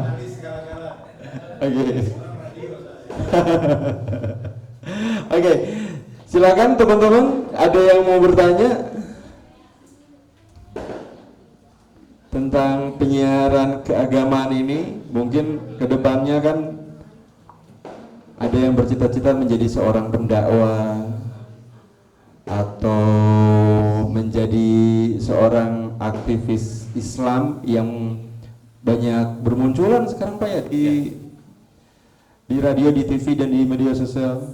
Silakan. Izin ngasih ilustrasi sedikit ya, teman-teman. Jadi kan sebagian besar teman-teman yang ada di sini itu kan disiapkan untuk menjadi seorang pendakwah gitu. Paling enggak kalaupun tidak dakwah di televisi, tidak di radio, dakwah di lingkungan terkecil gitu ya, menyampaikan ajaran-ajaran agama yang diajarkan di sini. Kami ingin menyampaikan begini. Jadi sebenarnya Komisi Penyiaran Indonesia Daerah Jawa Barat KPID sama sekali tidak pernah atau tidak bermaksud untuk menghalang-halangi kegiatan dakwah atau ikut mengatur kegiatan dakwah. Enggak sama sekali. Dakwah itu bagus, kan prinsipnya mengajak ke kebaikan, kan begitu kan prinsipnya. Hanya ada ruang-ruang yang berbeda. Yang pertama, ada ruang privat keagamaan.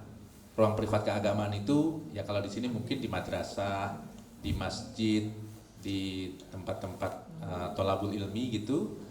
Itu sebenarnya bebas-bebas saja mau basul masail, mau mengkaji sesuatu yang sampai ke akar-akarnya ya, kalau mungkin bahasa filsafat sampai radikal gitu ya, ke akar-akarnya boleh saja, itu sah-sah saja selama di ruang privat keagamaan. Bahkan membahas ajaran saya yang paling benar, ajaran orang lain misalnya salah, itu sah-sah saja selama di ruang privat-privat keagamaan masing-masing, baik itu Islam, Kristen, Hindu, Buddha, Katolik, Konghucu, boleh-boleh saja.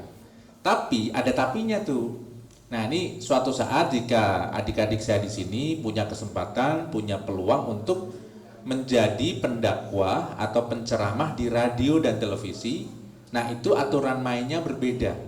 Loh, kenapa kok berbeda? Karena radio dan televisi itu yang mendengarkan semuanya gitu.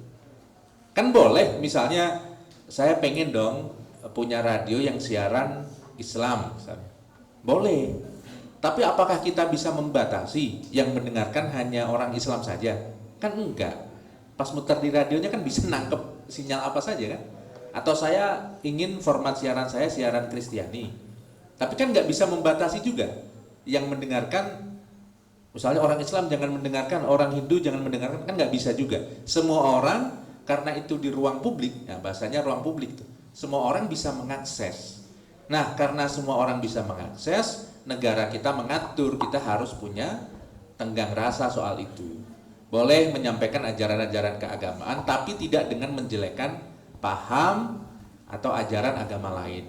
Bahkan sesama pandangan atau aliran atau kelompok dalam Islam pun itu tidak dibenarkan untuk saling menyalahkan di ruang publik itu. Kan sering ada misalnya Pak Ustadz yang nanya tuh kalau di kuliah subuh, kan ada di beberapa radio punya acara kuliah subuh misalnya yang beragama Islam, terus nanya, Pak kalau untuk tarawih itu kemarin baru Ramadan kan suka jadi ini ya, tarawih itu 22 rakaat atau 11 rakaat misalnya. Nah, kalau berceramah di radio nggak boleh, yang benar 23 rakaat 11 salah, atau sebaliknya yang benar 11 atau 8 yang 20 salah misalnya gitu.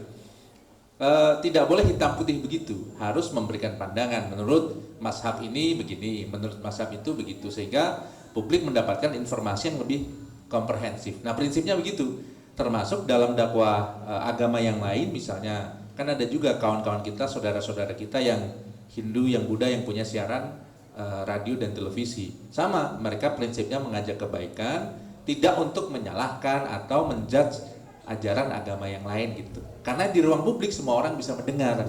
Tapi kalau di ruang privat keagamaan masing-masing mah enggak, silahkan.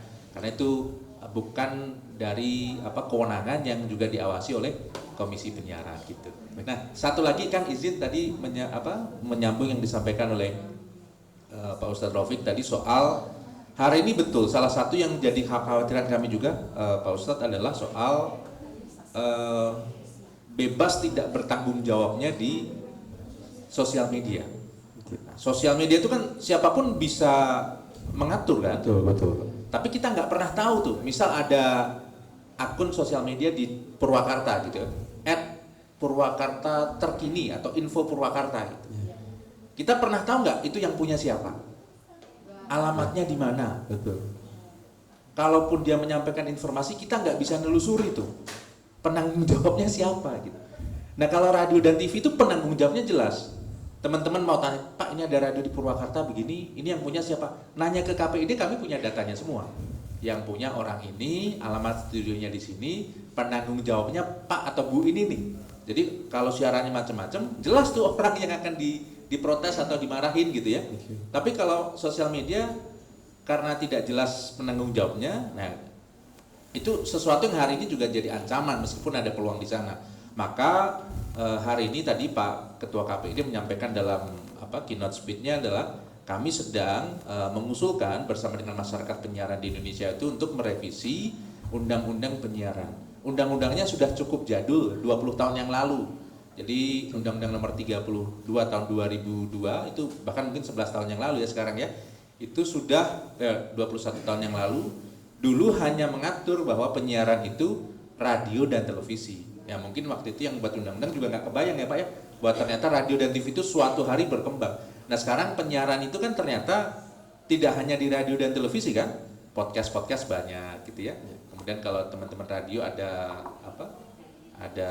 konten-konten audio berseliweran di mana-mana dan itu belum diatur dan kami nggak bisa ikut mengurus itu. Kan kalau dalam aturan ketatanegaraan kalau nggak punya kewenangan nggak boleh cawe-cawe kan, nanti kami malah melanggar aturan gitu. Itu saja kan, terima kasih. Siap, terima kasih Pak Basit. Oke, mungkin dari adik-adik ada teman-teman ada yang mau bertanya tentang program siaran keagamaan ini ataupun yang sudah dibahas tadi dari Pak Yusuf, Pak Basit dan Pak Ustadz Rafiq. Silahkan. Ya, boleh Pak. Silakan dengan siapa? Assalamualaikum warahmatullahi wabarakatuh. Perkenalkan, nama saya Siti Halimatus Syadiah. Saya salah satu mahasiswi STAI Al-Badar dari Prodi Hukum Ekonomi Syariah. Izin bertanya, sehubungan dengan majemuk dan beragamnya pemeluk agama di Indonesia, mengapa persentase penyiaran yang berbau agama Islam itu lebih banyak tayang daripada penayangan yang identik dengan agama yang lain? Terima kasih. Wassalamualaikum warahmatullahi wabarakatuh. Terima kasih, bagus nih pertanyaannya Pak. Silakan dengan Pak Basit. Jadi begini kawan-kawan semuanya, kalau orang membuat media ya, khususnya lembaga penyiaran swasta yang swasta itu pasti kan menentukan segmentasi dan format siarannya. Segmentasi itu siapa sih yang mau dibidik untuk mendengarkan gitu. Misalnya nih teman-teman mau bikin radio atau TV gitu, pasti kan mikir tuh, kalau saya bikin radio atau TV yang dengerin siapa ya gitu. Semua orang pasti berpikir bikin radio atau TV pengen banyak yang mendengarkan atau menonton kan? Ada gitu yang pengen bikin radio, saya mah cukup 10 aja yang dengerin gitu. Enggak kan? Pengennya kan didengerin semakin banyak orang makin bagus kan? Makin bagus. Maka segmentasi itu kan mencari ceruk-ceruk yang besar ya, ceruk-ceruk yang besar. Nah karena kalau di Indonesia hari ini pemeluk agama itu mayoritas muslim, maka sangat wajar jika ada banyak radio yang memilih format siaran atau memiliki konten siaran agama Islam lebih banyak porsinya. Itu secara secara hukum media dan hukum bisnis sah-sah saja. Tapi belum tentu. Coba kalau ke mana misalnya ke India gitu. Sekarang ada tuh aplikasi tuh. Coba kalau di Google Radio Garden. Coba nanti kalau di Google ada Radio Garden tuh bentuknya kayak akan pasti paham ya, kayak bola dunia gitu. Pengen dengerin radio di seluruh dunia ada tuh. Nah, nanti dicek di radio di India misalnya gitu. Kira-kira masih bahas agama Islam atau bukan ya gitu. Kayaknya nggak tahu juga ya, nggak tahu juga. Kalaupun bahas pun saya nggak tahu bahasanya juga. Bahasanya bahasa India gitu. Nah, alasan logisnya begitu. Meskipun sebenarnya tentu pilihan format apapun yang dipilih tetap harus menghargai pandangan agama yang lain, tidak boleh. Nah, kalau lembaga penyiaran swasta begitu. Nah, hari ini sebenarnya kita punya tuh lembaga penyiaran komunitas, itu biasanya ada di sekolah-sekolah, ada di kadang ada di pesantren juga di beberapa gitu. Itu boleh spesifik tuh, karena ada komunitas pertanian, ada komunitas kebencanaan, ada komunitas pendidikan. Nah, itu boleh secara spesifik membahas isu-isu yang memang sesuai dengan komunitasnya. Misalnya Cipulus punya radio gitu ya, atau lembaga penyiaran komunitas, boleh tuh bahas tentang Cipulus, karena sifatnya lokal dan radiusnya hanya sekitar 2,5 km dari titik pemancarnya. Silakan Pak Ustadz atau Bang Yopi menambahkan. Tadi adik tuh pertanyaannya cantik sekali seperti orangnya.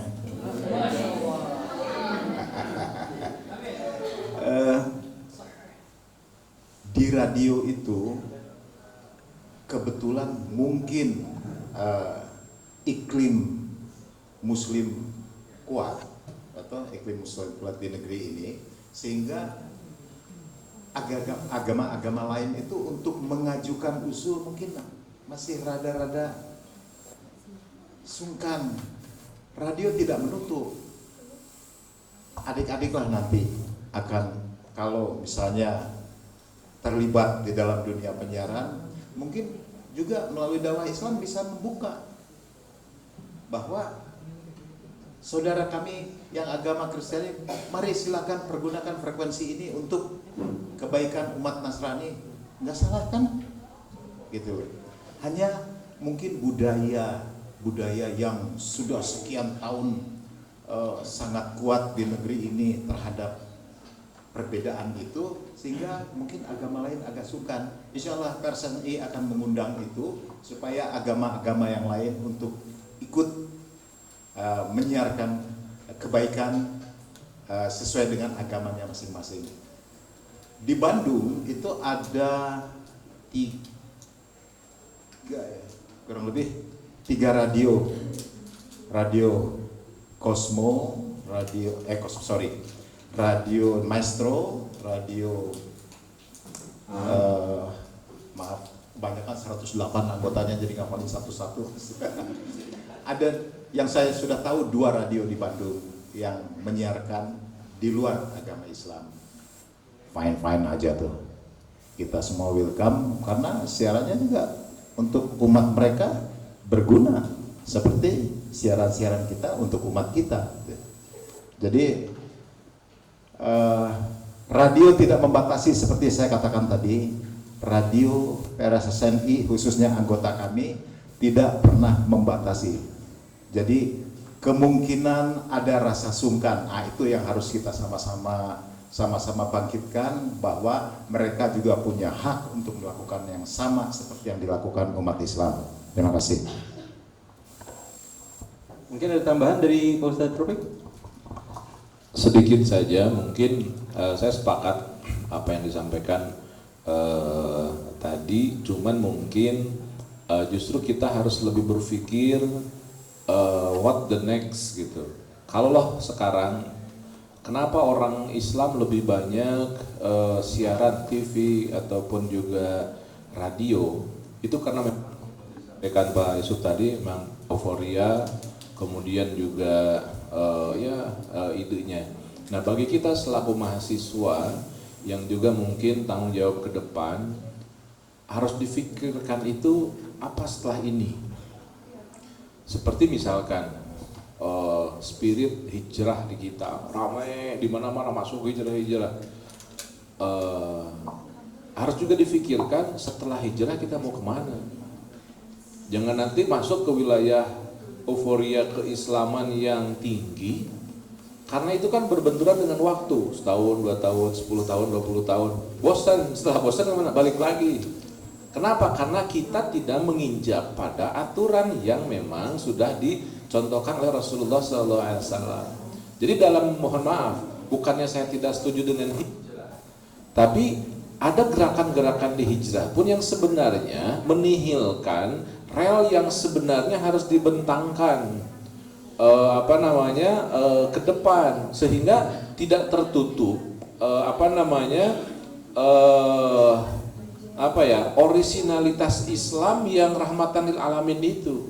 Nggak benar seandainya kalaupun misalkan masuk hijrah, kemudian setelah menjadi orang yang hijrah dia terposisikan menjadi orang yang tidak hijrah, itu tidak baik. Nah, itu yang harus dijaga. Berarti harus ada pemahaman Nah inilah yang kemudian diistilahkan dengan istilah pemahaman yang wasati. Jadi tengah-tengah, jangan terlalu kiri, jangan terlalu kanan. Kita mau berada di tengah-tengah. Kita kan dalam Al-Quran digambarkan bahwa kita ini adalah ummasan wasaton. Terlalu semangat juga jangan, terlalu tidak semangat juga jangan. Rasulullah juga banyak menegur orang yang ibadahnya sampai bengkak-bengkak, sampai ketika sholat tarawih gitu kan menyimpan tambang karena sudah nggak bisa berdiri, bang berdirinya itu ditegur oleh Rasulullah, jangan begitu.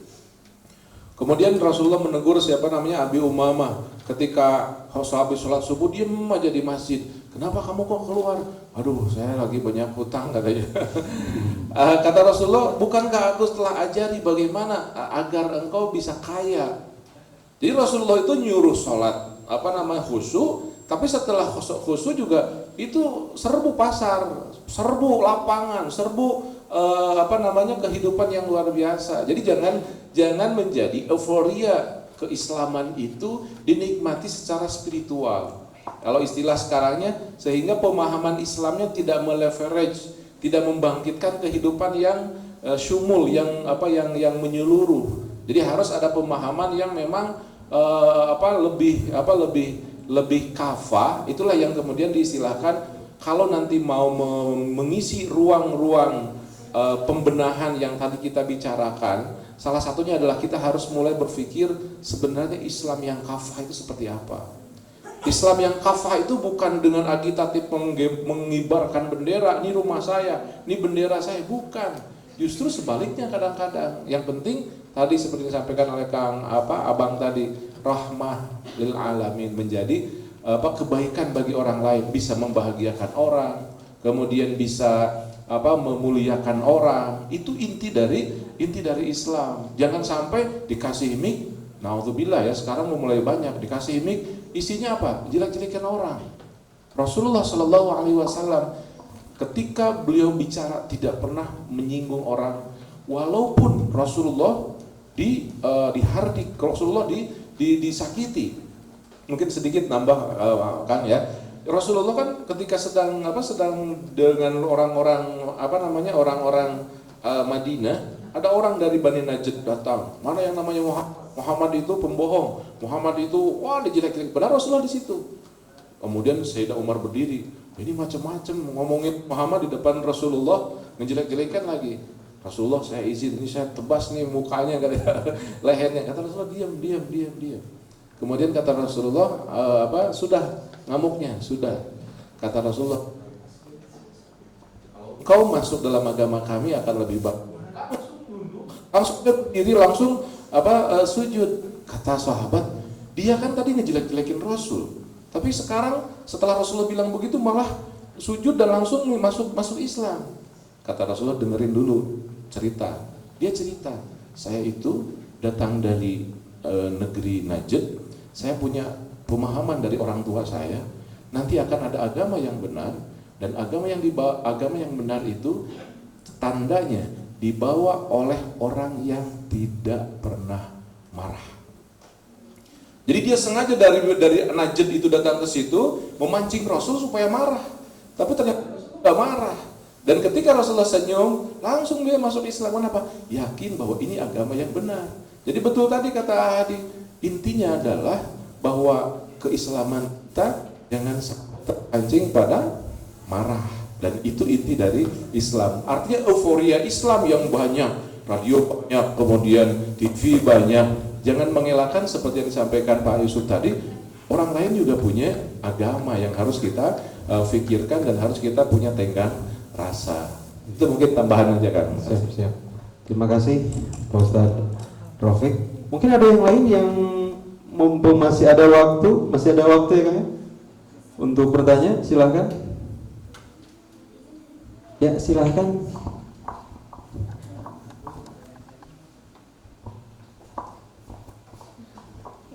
Assalamualaikum warahmatullahi wabarakatuh. Perkenalkan, saya Uswatun Hasanah dari Prodi Hukum Ekonomi Syariah semester 2. Izin bertanya Bapak-Bapak.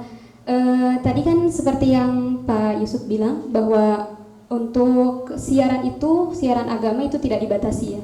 Jadi boleh kalau misalnya ada siaran radio khusus Islam, tapi penontonnya pendengarnya pengen coba dong siaran tentang agama lain atau halnya seperti itu. Itu kan katanya boleh seperti itu. Tapi bolehkah kalau misalnya cara menolaknya tuh dengan boleh saya kasih satu siaran radio tentang umat Kristiani, misalnya tuh di radio ini misalnya tuh. Itu seperti itu boleh atau tidak ya Pak? Terus pertanyaan selanjutnya ini mengenai tadi hampir mirip-mirip nyambunglah ke pembahasan dari Pak Zain mengenai manhaj yang saling bersikukuh dengan akidahnya masing-masing. Adakah pola atau strategi untuk melakukan mediasi antar manhajnya Pak? Seperti itu. Mungkin dicukupkan sekian. Terima kasih. Wassalamualaikum warahmatullahi wabarakatuh. Baik, terima kasih. Ini pertanyaannya cantik lagi nih, luar biasa. Ini ngejawabnya gampang-gampang susah gitu. Tadi yang dikatakan bahwa dalam satu radio ada siaran katakan agama A, terus bolehkah pendengar meminta kepada radio itu untuk menyiarkan agama lain? Boleh saja mereka mengajukan permohonan. Tentu radio tadi akan meminta apa materi yang akan disampaikan oleh agama agama itu gitu loh. Materinya nanti pula jangan begitu dibolehkan tidak melalui saringan langsung blank berantakan, nanti langsung besoknya disegel tuh radio gitu. Nah, itu yang kita jaga itu. Jadi sebelum mereka melakukan siaran, mereka harus memberikan dulu materi siarannya, dan ya kita juga lihat agamanya terdaftar di dalam undang-undang kita. Selama terdaftar sah-sah saja, kita berikan waktu untuk itu gitu. Dan materinya yang tentunya terpilih dan baik untuk umatnya gitu. Tidak menjelek, yang tadi dikatakan Pak, tidak menjelek-jelekan satu sama lain. Itu Mbak, terima kasih. Ada yang tertinggal nggak? Kalau cara penolakannya seperti Kalau misalnya menolak, ya, tapi menolaknya itu dengan boleh didengarnya ada siaran tentang agama B di siaran ini, di radio ini, dengan mengalihkan ke radio lain. itu boleh saja. Tapi kan secara etika, kalau adik didatengin, Mbak, saya nggak bisa bermalam di hotel karena ini, boleh numpang nggak di teras aja gitu untuk tidur, pasti kamu nggak nolak kan? Silakan di teras, asal kelihatan KTP-nya ada, ininya ada, jelas di fotokopi. Silakan, rumah saya kebenaran penuh kamarnya gitu. Ayah dulur ti lembur datang, kan bisa saja menolak seperti itu. Tapi total menolak, saya rasa radio di Jawa Barat itu nggak ada. Menolak seperti itu nggak ada. Karena radio itu per jamnya itu punya biaya. Ya. Jadi kalau dia 24 jam siaran, adik-adik bisa lihat listriknya berarti 24 jam ngegerung.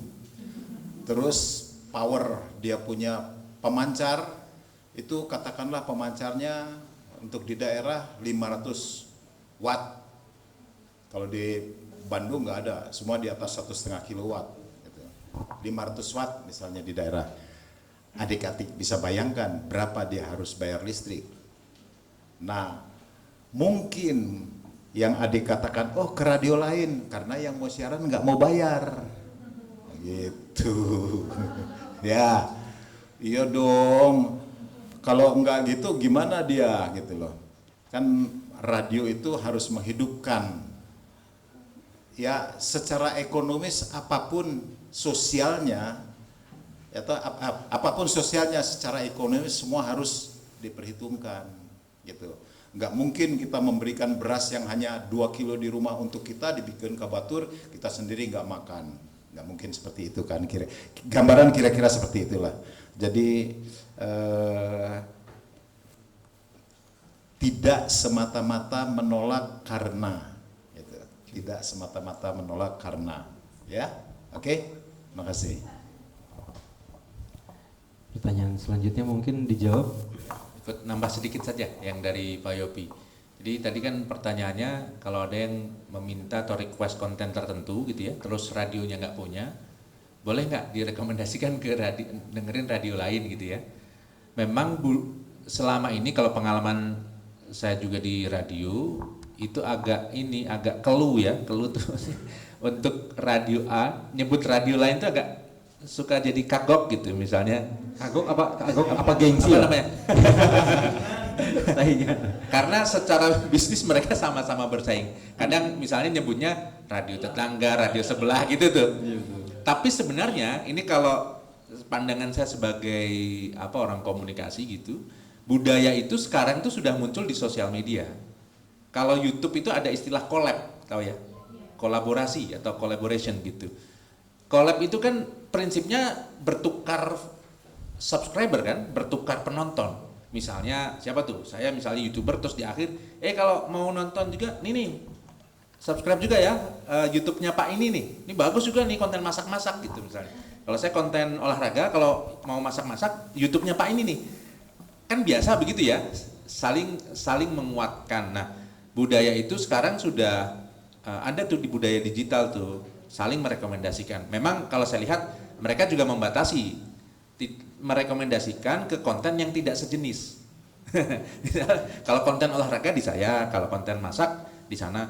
Kalau konten olahraga yang lain, saya nggak tahu tuh di mana. Cuma ada di saya misalnya gitu. Nah, itu kan rahasia bisnis masing-masing dan saya pikir itu wajar. Nah, kaitan dengan penyiaran, salah satu prinsip penyiaran itu mewujudkan diversity of content, keberagaman konten. Jadi KPID juga menjaga bahwa konten siaran di televisi dan radio itu beragam. Beragam tuh gimana? Beragam tuh nggak sejenis semua tuh. Misalnya TV A sinetron, TV B sinetron, TV C sinetron, KPW sinetron gitu. Nggak begitu. Pengennya kan beragam sehingga publik itu punya pilihan tontonan yang macam-macam gitu. Misalnya kalau hari ini yang mau nonton sinetron, nonton di SCTV gitu ya. Yang mau nonton berita-berita, nonton di Kompas TV. Yang mau nonton siaran budaya, nonton di TVRI. Nonton apa? Ada tuh banyak pilihannya. Radio juga begitu kan? Dengerin radio dangdut, dengerin radio A. Dengerin radio musik top 40 di radio B. Karena nggak Anda datang ke radio top 40, lagu-lagu hits Indonesia atau Barat, terus request dangdut gitu. Pasti nggak diputerin. Karena itu beda pilihan segmennya. Nah, kalau dangdut mah enggak dengerin radio yang itu, ya itu sebenarnya bisa begitu ya, sebenarnya bisa begitu. Tapi tadi saya bilang hari ini agak kalau nggak gengsi agak keluh tuh kalau ngomongin nyebut radio lain. Terima kasih, silakan Pak Ustadz. Baik, terima kasih. Pertanyaan yang ke saya adalah tentang ada benturan manhaj ya. Ini gayanya begini, ini gayanya begini. Pertanyaannya, apakah ada proses ataupun cara, trik untuk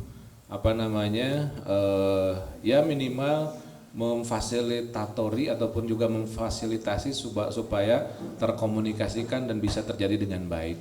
Itu bagus sekali pertanyaannya dan memang itu yang harus kita lakukan. Ketika ada madhab A beda dengan madhab B, madhab A merasa paling dekat dengan surga, madhab B paling dekat dengan kebaikan dan dijamin masuk surga. Masing-masing itu memproklamirkan diri paling baik dan paling benar. Nah, yang paling tepat metodenya ada dua. Yang pertama adalah kalau dalam istilah klasik itu disebut dengan muqoronatul madzahib. Ada muqoronah. Harus ada kita bisa memiliki satu metode ketika madhab satu dengan madhab dua dikorinkan, dipadukan, artinya dibanding-banding. Dan ini di dalam fikih sudah berjalan. Metode-metode muqaranah al-madzahib itu bahkan sekarang sudah kalau nggak salah di universitas-universitas besar sudah jadi prodi perbandingan madhab, ya kan? Nah itu membanding-bandingkan itu adalah salah satu cara biar dia tidak terlalu merasa benar. Dalam madhab saja, Syafi'iyah misalkan, dengan Hanafiyah, pertanyaannya apa iya Syafi'iyah tidak boleh menggunakan madhab Hanafiyah? Kan tidak. Kan ada istilah talfek. Talfek itu juga dalam nomenklatur fikhian misalkan perlu kita kaji. Yang namanya talfek itu boleh, yang tidak boleh adalah at-tasahul. Jangan ini yang mudah-mudahnya doang. Jadi gabungan madhab, pemahaman madhab dicampur adukan tidak jadi masalah. Jadi metode pertama adalah metode muqaranah, yaitu membandingkan. Yang kedua, yang lebih jitu lagi adalah metode kesejarahan. Kalau dalam fikih, ini metode yang disebut dengan tarikh tasyri'. Kalau kita belajar fikihnya saja, seolah-olah fikih itu kita logat, kita artikan, kita dapatkan, oh ini loh Islam, blueprint Islam itu seperti ini. Kenapa? Ini dibangun oleh pemahamannya oleh Imam Syafi'i misalkan. Pertanyaannya, apakah sebelum Imam Syafi'i ada ulama-ulama lain yang lebih pintar? Banyak. Lalu pendapat ulama itu seperti apa? Nah itu mulai. Kalau dalam gambaran analogi mudahnya begini. Kita ini kalau mau ke Cipulus dari Bandung harus lewat tol Cikamuning, Pak Yusuf ya. Lewat Cikamuning, kemudian masuk ke Drandan, kemudian ke sini. Itu yang difahami oleh orang yang belajar masuk ke Cipulus dari wilayah situ. Pertanyaannya, adakah Cipulus masuk dari wilayah tol lain? Kan ada. Nah itu di dalam Islam banyak seperti itu. Yang namanya Islam tuh harus begini dalilnya begini. Ya itu menurut ulama yang Anda baca. Ulama yang lain yang saya baca juga berbeda. Nah itu harus dimuqaranahkan. Kemudian dari sisi sejarah, bahwa sejarah zaman sebelum Islam, kemudian datang Islam, kemudian masuk Rasulullah Shallallahu Alaihi Wasallam. Setelah Rasulullah, apakah ketika zaman Rasulullah ada pertentangan? Nggak ada, karena semuanya langsung dijustifikasi oleh Rasul. Kenapa kesini banyak pertentangan? Karena ada proses namanya istinbat hukum. Nah berarti istinbat hukum itu tidak boleh hanya dengan ro'yu, hanya dengan ngambil dalil, kemudian dimodifikasi, kemudian disampaikan. Tidak, harus dilihat dulu sejarahnya. Setelah Rasul itu ada Abu Bakar, kemudian ada Utsman, ada Ali. Problematikanya sama, modus masalah di peradaban kan sama, dan itu bisa dilihat. Nah kebanyakan orang yang merasa benar itu dia tidak tahu sejarah. Dalam bahasa kitanya kebanyakan orang yang lupa kacang lupa itu. Jadi problemnya memang manusiawi. Nah dalam Islam pun banyak yang seperti itu. Bahkan naudzubillah, ada santri-santri yang belajar di sebuah pesantren, pulang dari pesantrennya itu mengkafirkan ibunya. Kemudian kalau nyuci baju disatukan dengan orang yang tidak sepaham dengan dia, itu dicuci lagi. Pernah dengar kan? Dicuci lagi, subhanallah, sebegitunya. Nah maka tadi metodenya harus ada dua. Pertama takrib, pendekatan muqaranah. Yang kedua pendekatan sejarah. Rasulullah aja nggak begitu, para sahabat aja nggak begitu. Intinya adalah bahwa kita harus menjaga dua metode tadi. Pertanyaan yang terakhir, lalu kenapa terjadi seperti itu? Nah mungkin agak ngelebar sedikit, mohon izin. Karena di Indonesia dalam tanda kutip banyak kesalahan mengambil guru. Guru Islam Indonesia kebanyakan ke Timur Tengah. Nah kaitannya dengan national state misalkan, pemahaman tentang nasionalisme. Kenapa orang-orang yang berfaham tentang khilafah dia tidak nyaman dengan nasionalisme? Karena buku-buku yang digalinya ditulis oleh orang-orang yang merasa tertindas kenegaraannya. Beda dengan di Indonesia. Buku-buku yang dimunculkan dari Timur Tengah itu ditulis di penjara yang pemahaman nasionalismenya itu sebegitu jeleknya. Kenapa? Karena negara dia diambil oleh orang Barat sedang dalam kondisi dia nyaman dengan khilafah. Artinya khilafahnya itu dihancurkan oleh orang-orang Barat. Sementara Indonesia, yang namanya negeri Indonesia, orang-orang dari Sumatera, dari Kalimantan, dari mana, untuk menjadikan NKRI itu mereka kan ridho. Pak Soekarno, saya ridho kampung saya, kerajaan saya dijadikan menjadi NKRI.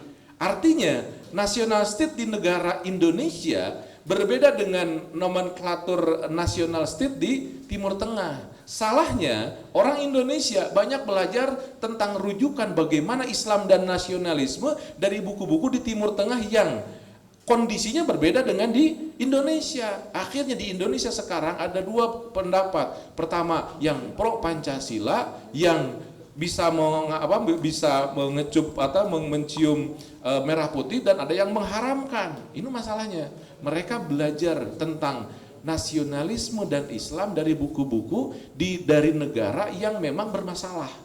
Nah, ini yang harus kita fahamkan bahwa tidak begitu. Yang namanya Islam itu justru kalau tagline kita kan hubbul watan minal iman.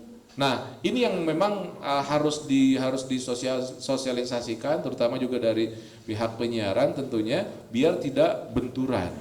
Jadi yang terakhir mungkin, kalaupun ada terakhir ya, ini mungkin juga kita harus mengupload kepada kegiatan ini, karena tidak semua orang-orang yang ingin mendakwahkan Islam yang benar bisa melakukan kegiatan seperti ini loh. Jadi bahagialah Anda sebagai mahasiswa Al-Badar mendapatkan materi-materi seperti ini. Kenapa? Karena ini materi yang akan menjadikan Anda orang yang, kalau istilah Arabnya, fatih, otaknya terbuka, tidak jumud, tidak merasa benar sendiri tanggung jawab untuk menyiarkan agama yang baik. Terima kasih kan. Pak, tepuk tangan. Oke, karena waktunya udah habis, terima kasih untuk Bapak-Bapak, untuk Pak Yusuf, Pak Asid, dan Pak Rafiq atas waktunya, dan mudah-mudahan jadi manfaat untuk kita semua. Saya Reda Sofyan akan kembalikan lagi kepada MC kita. Assalamualaikum warahmatullahi wabarakatuh.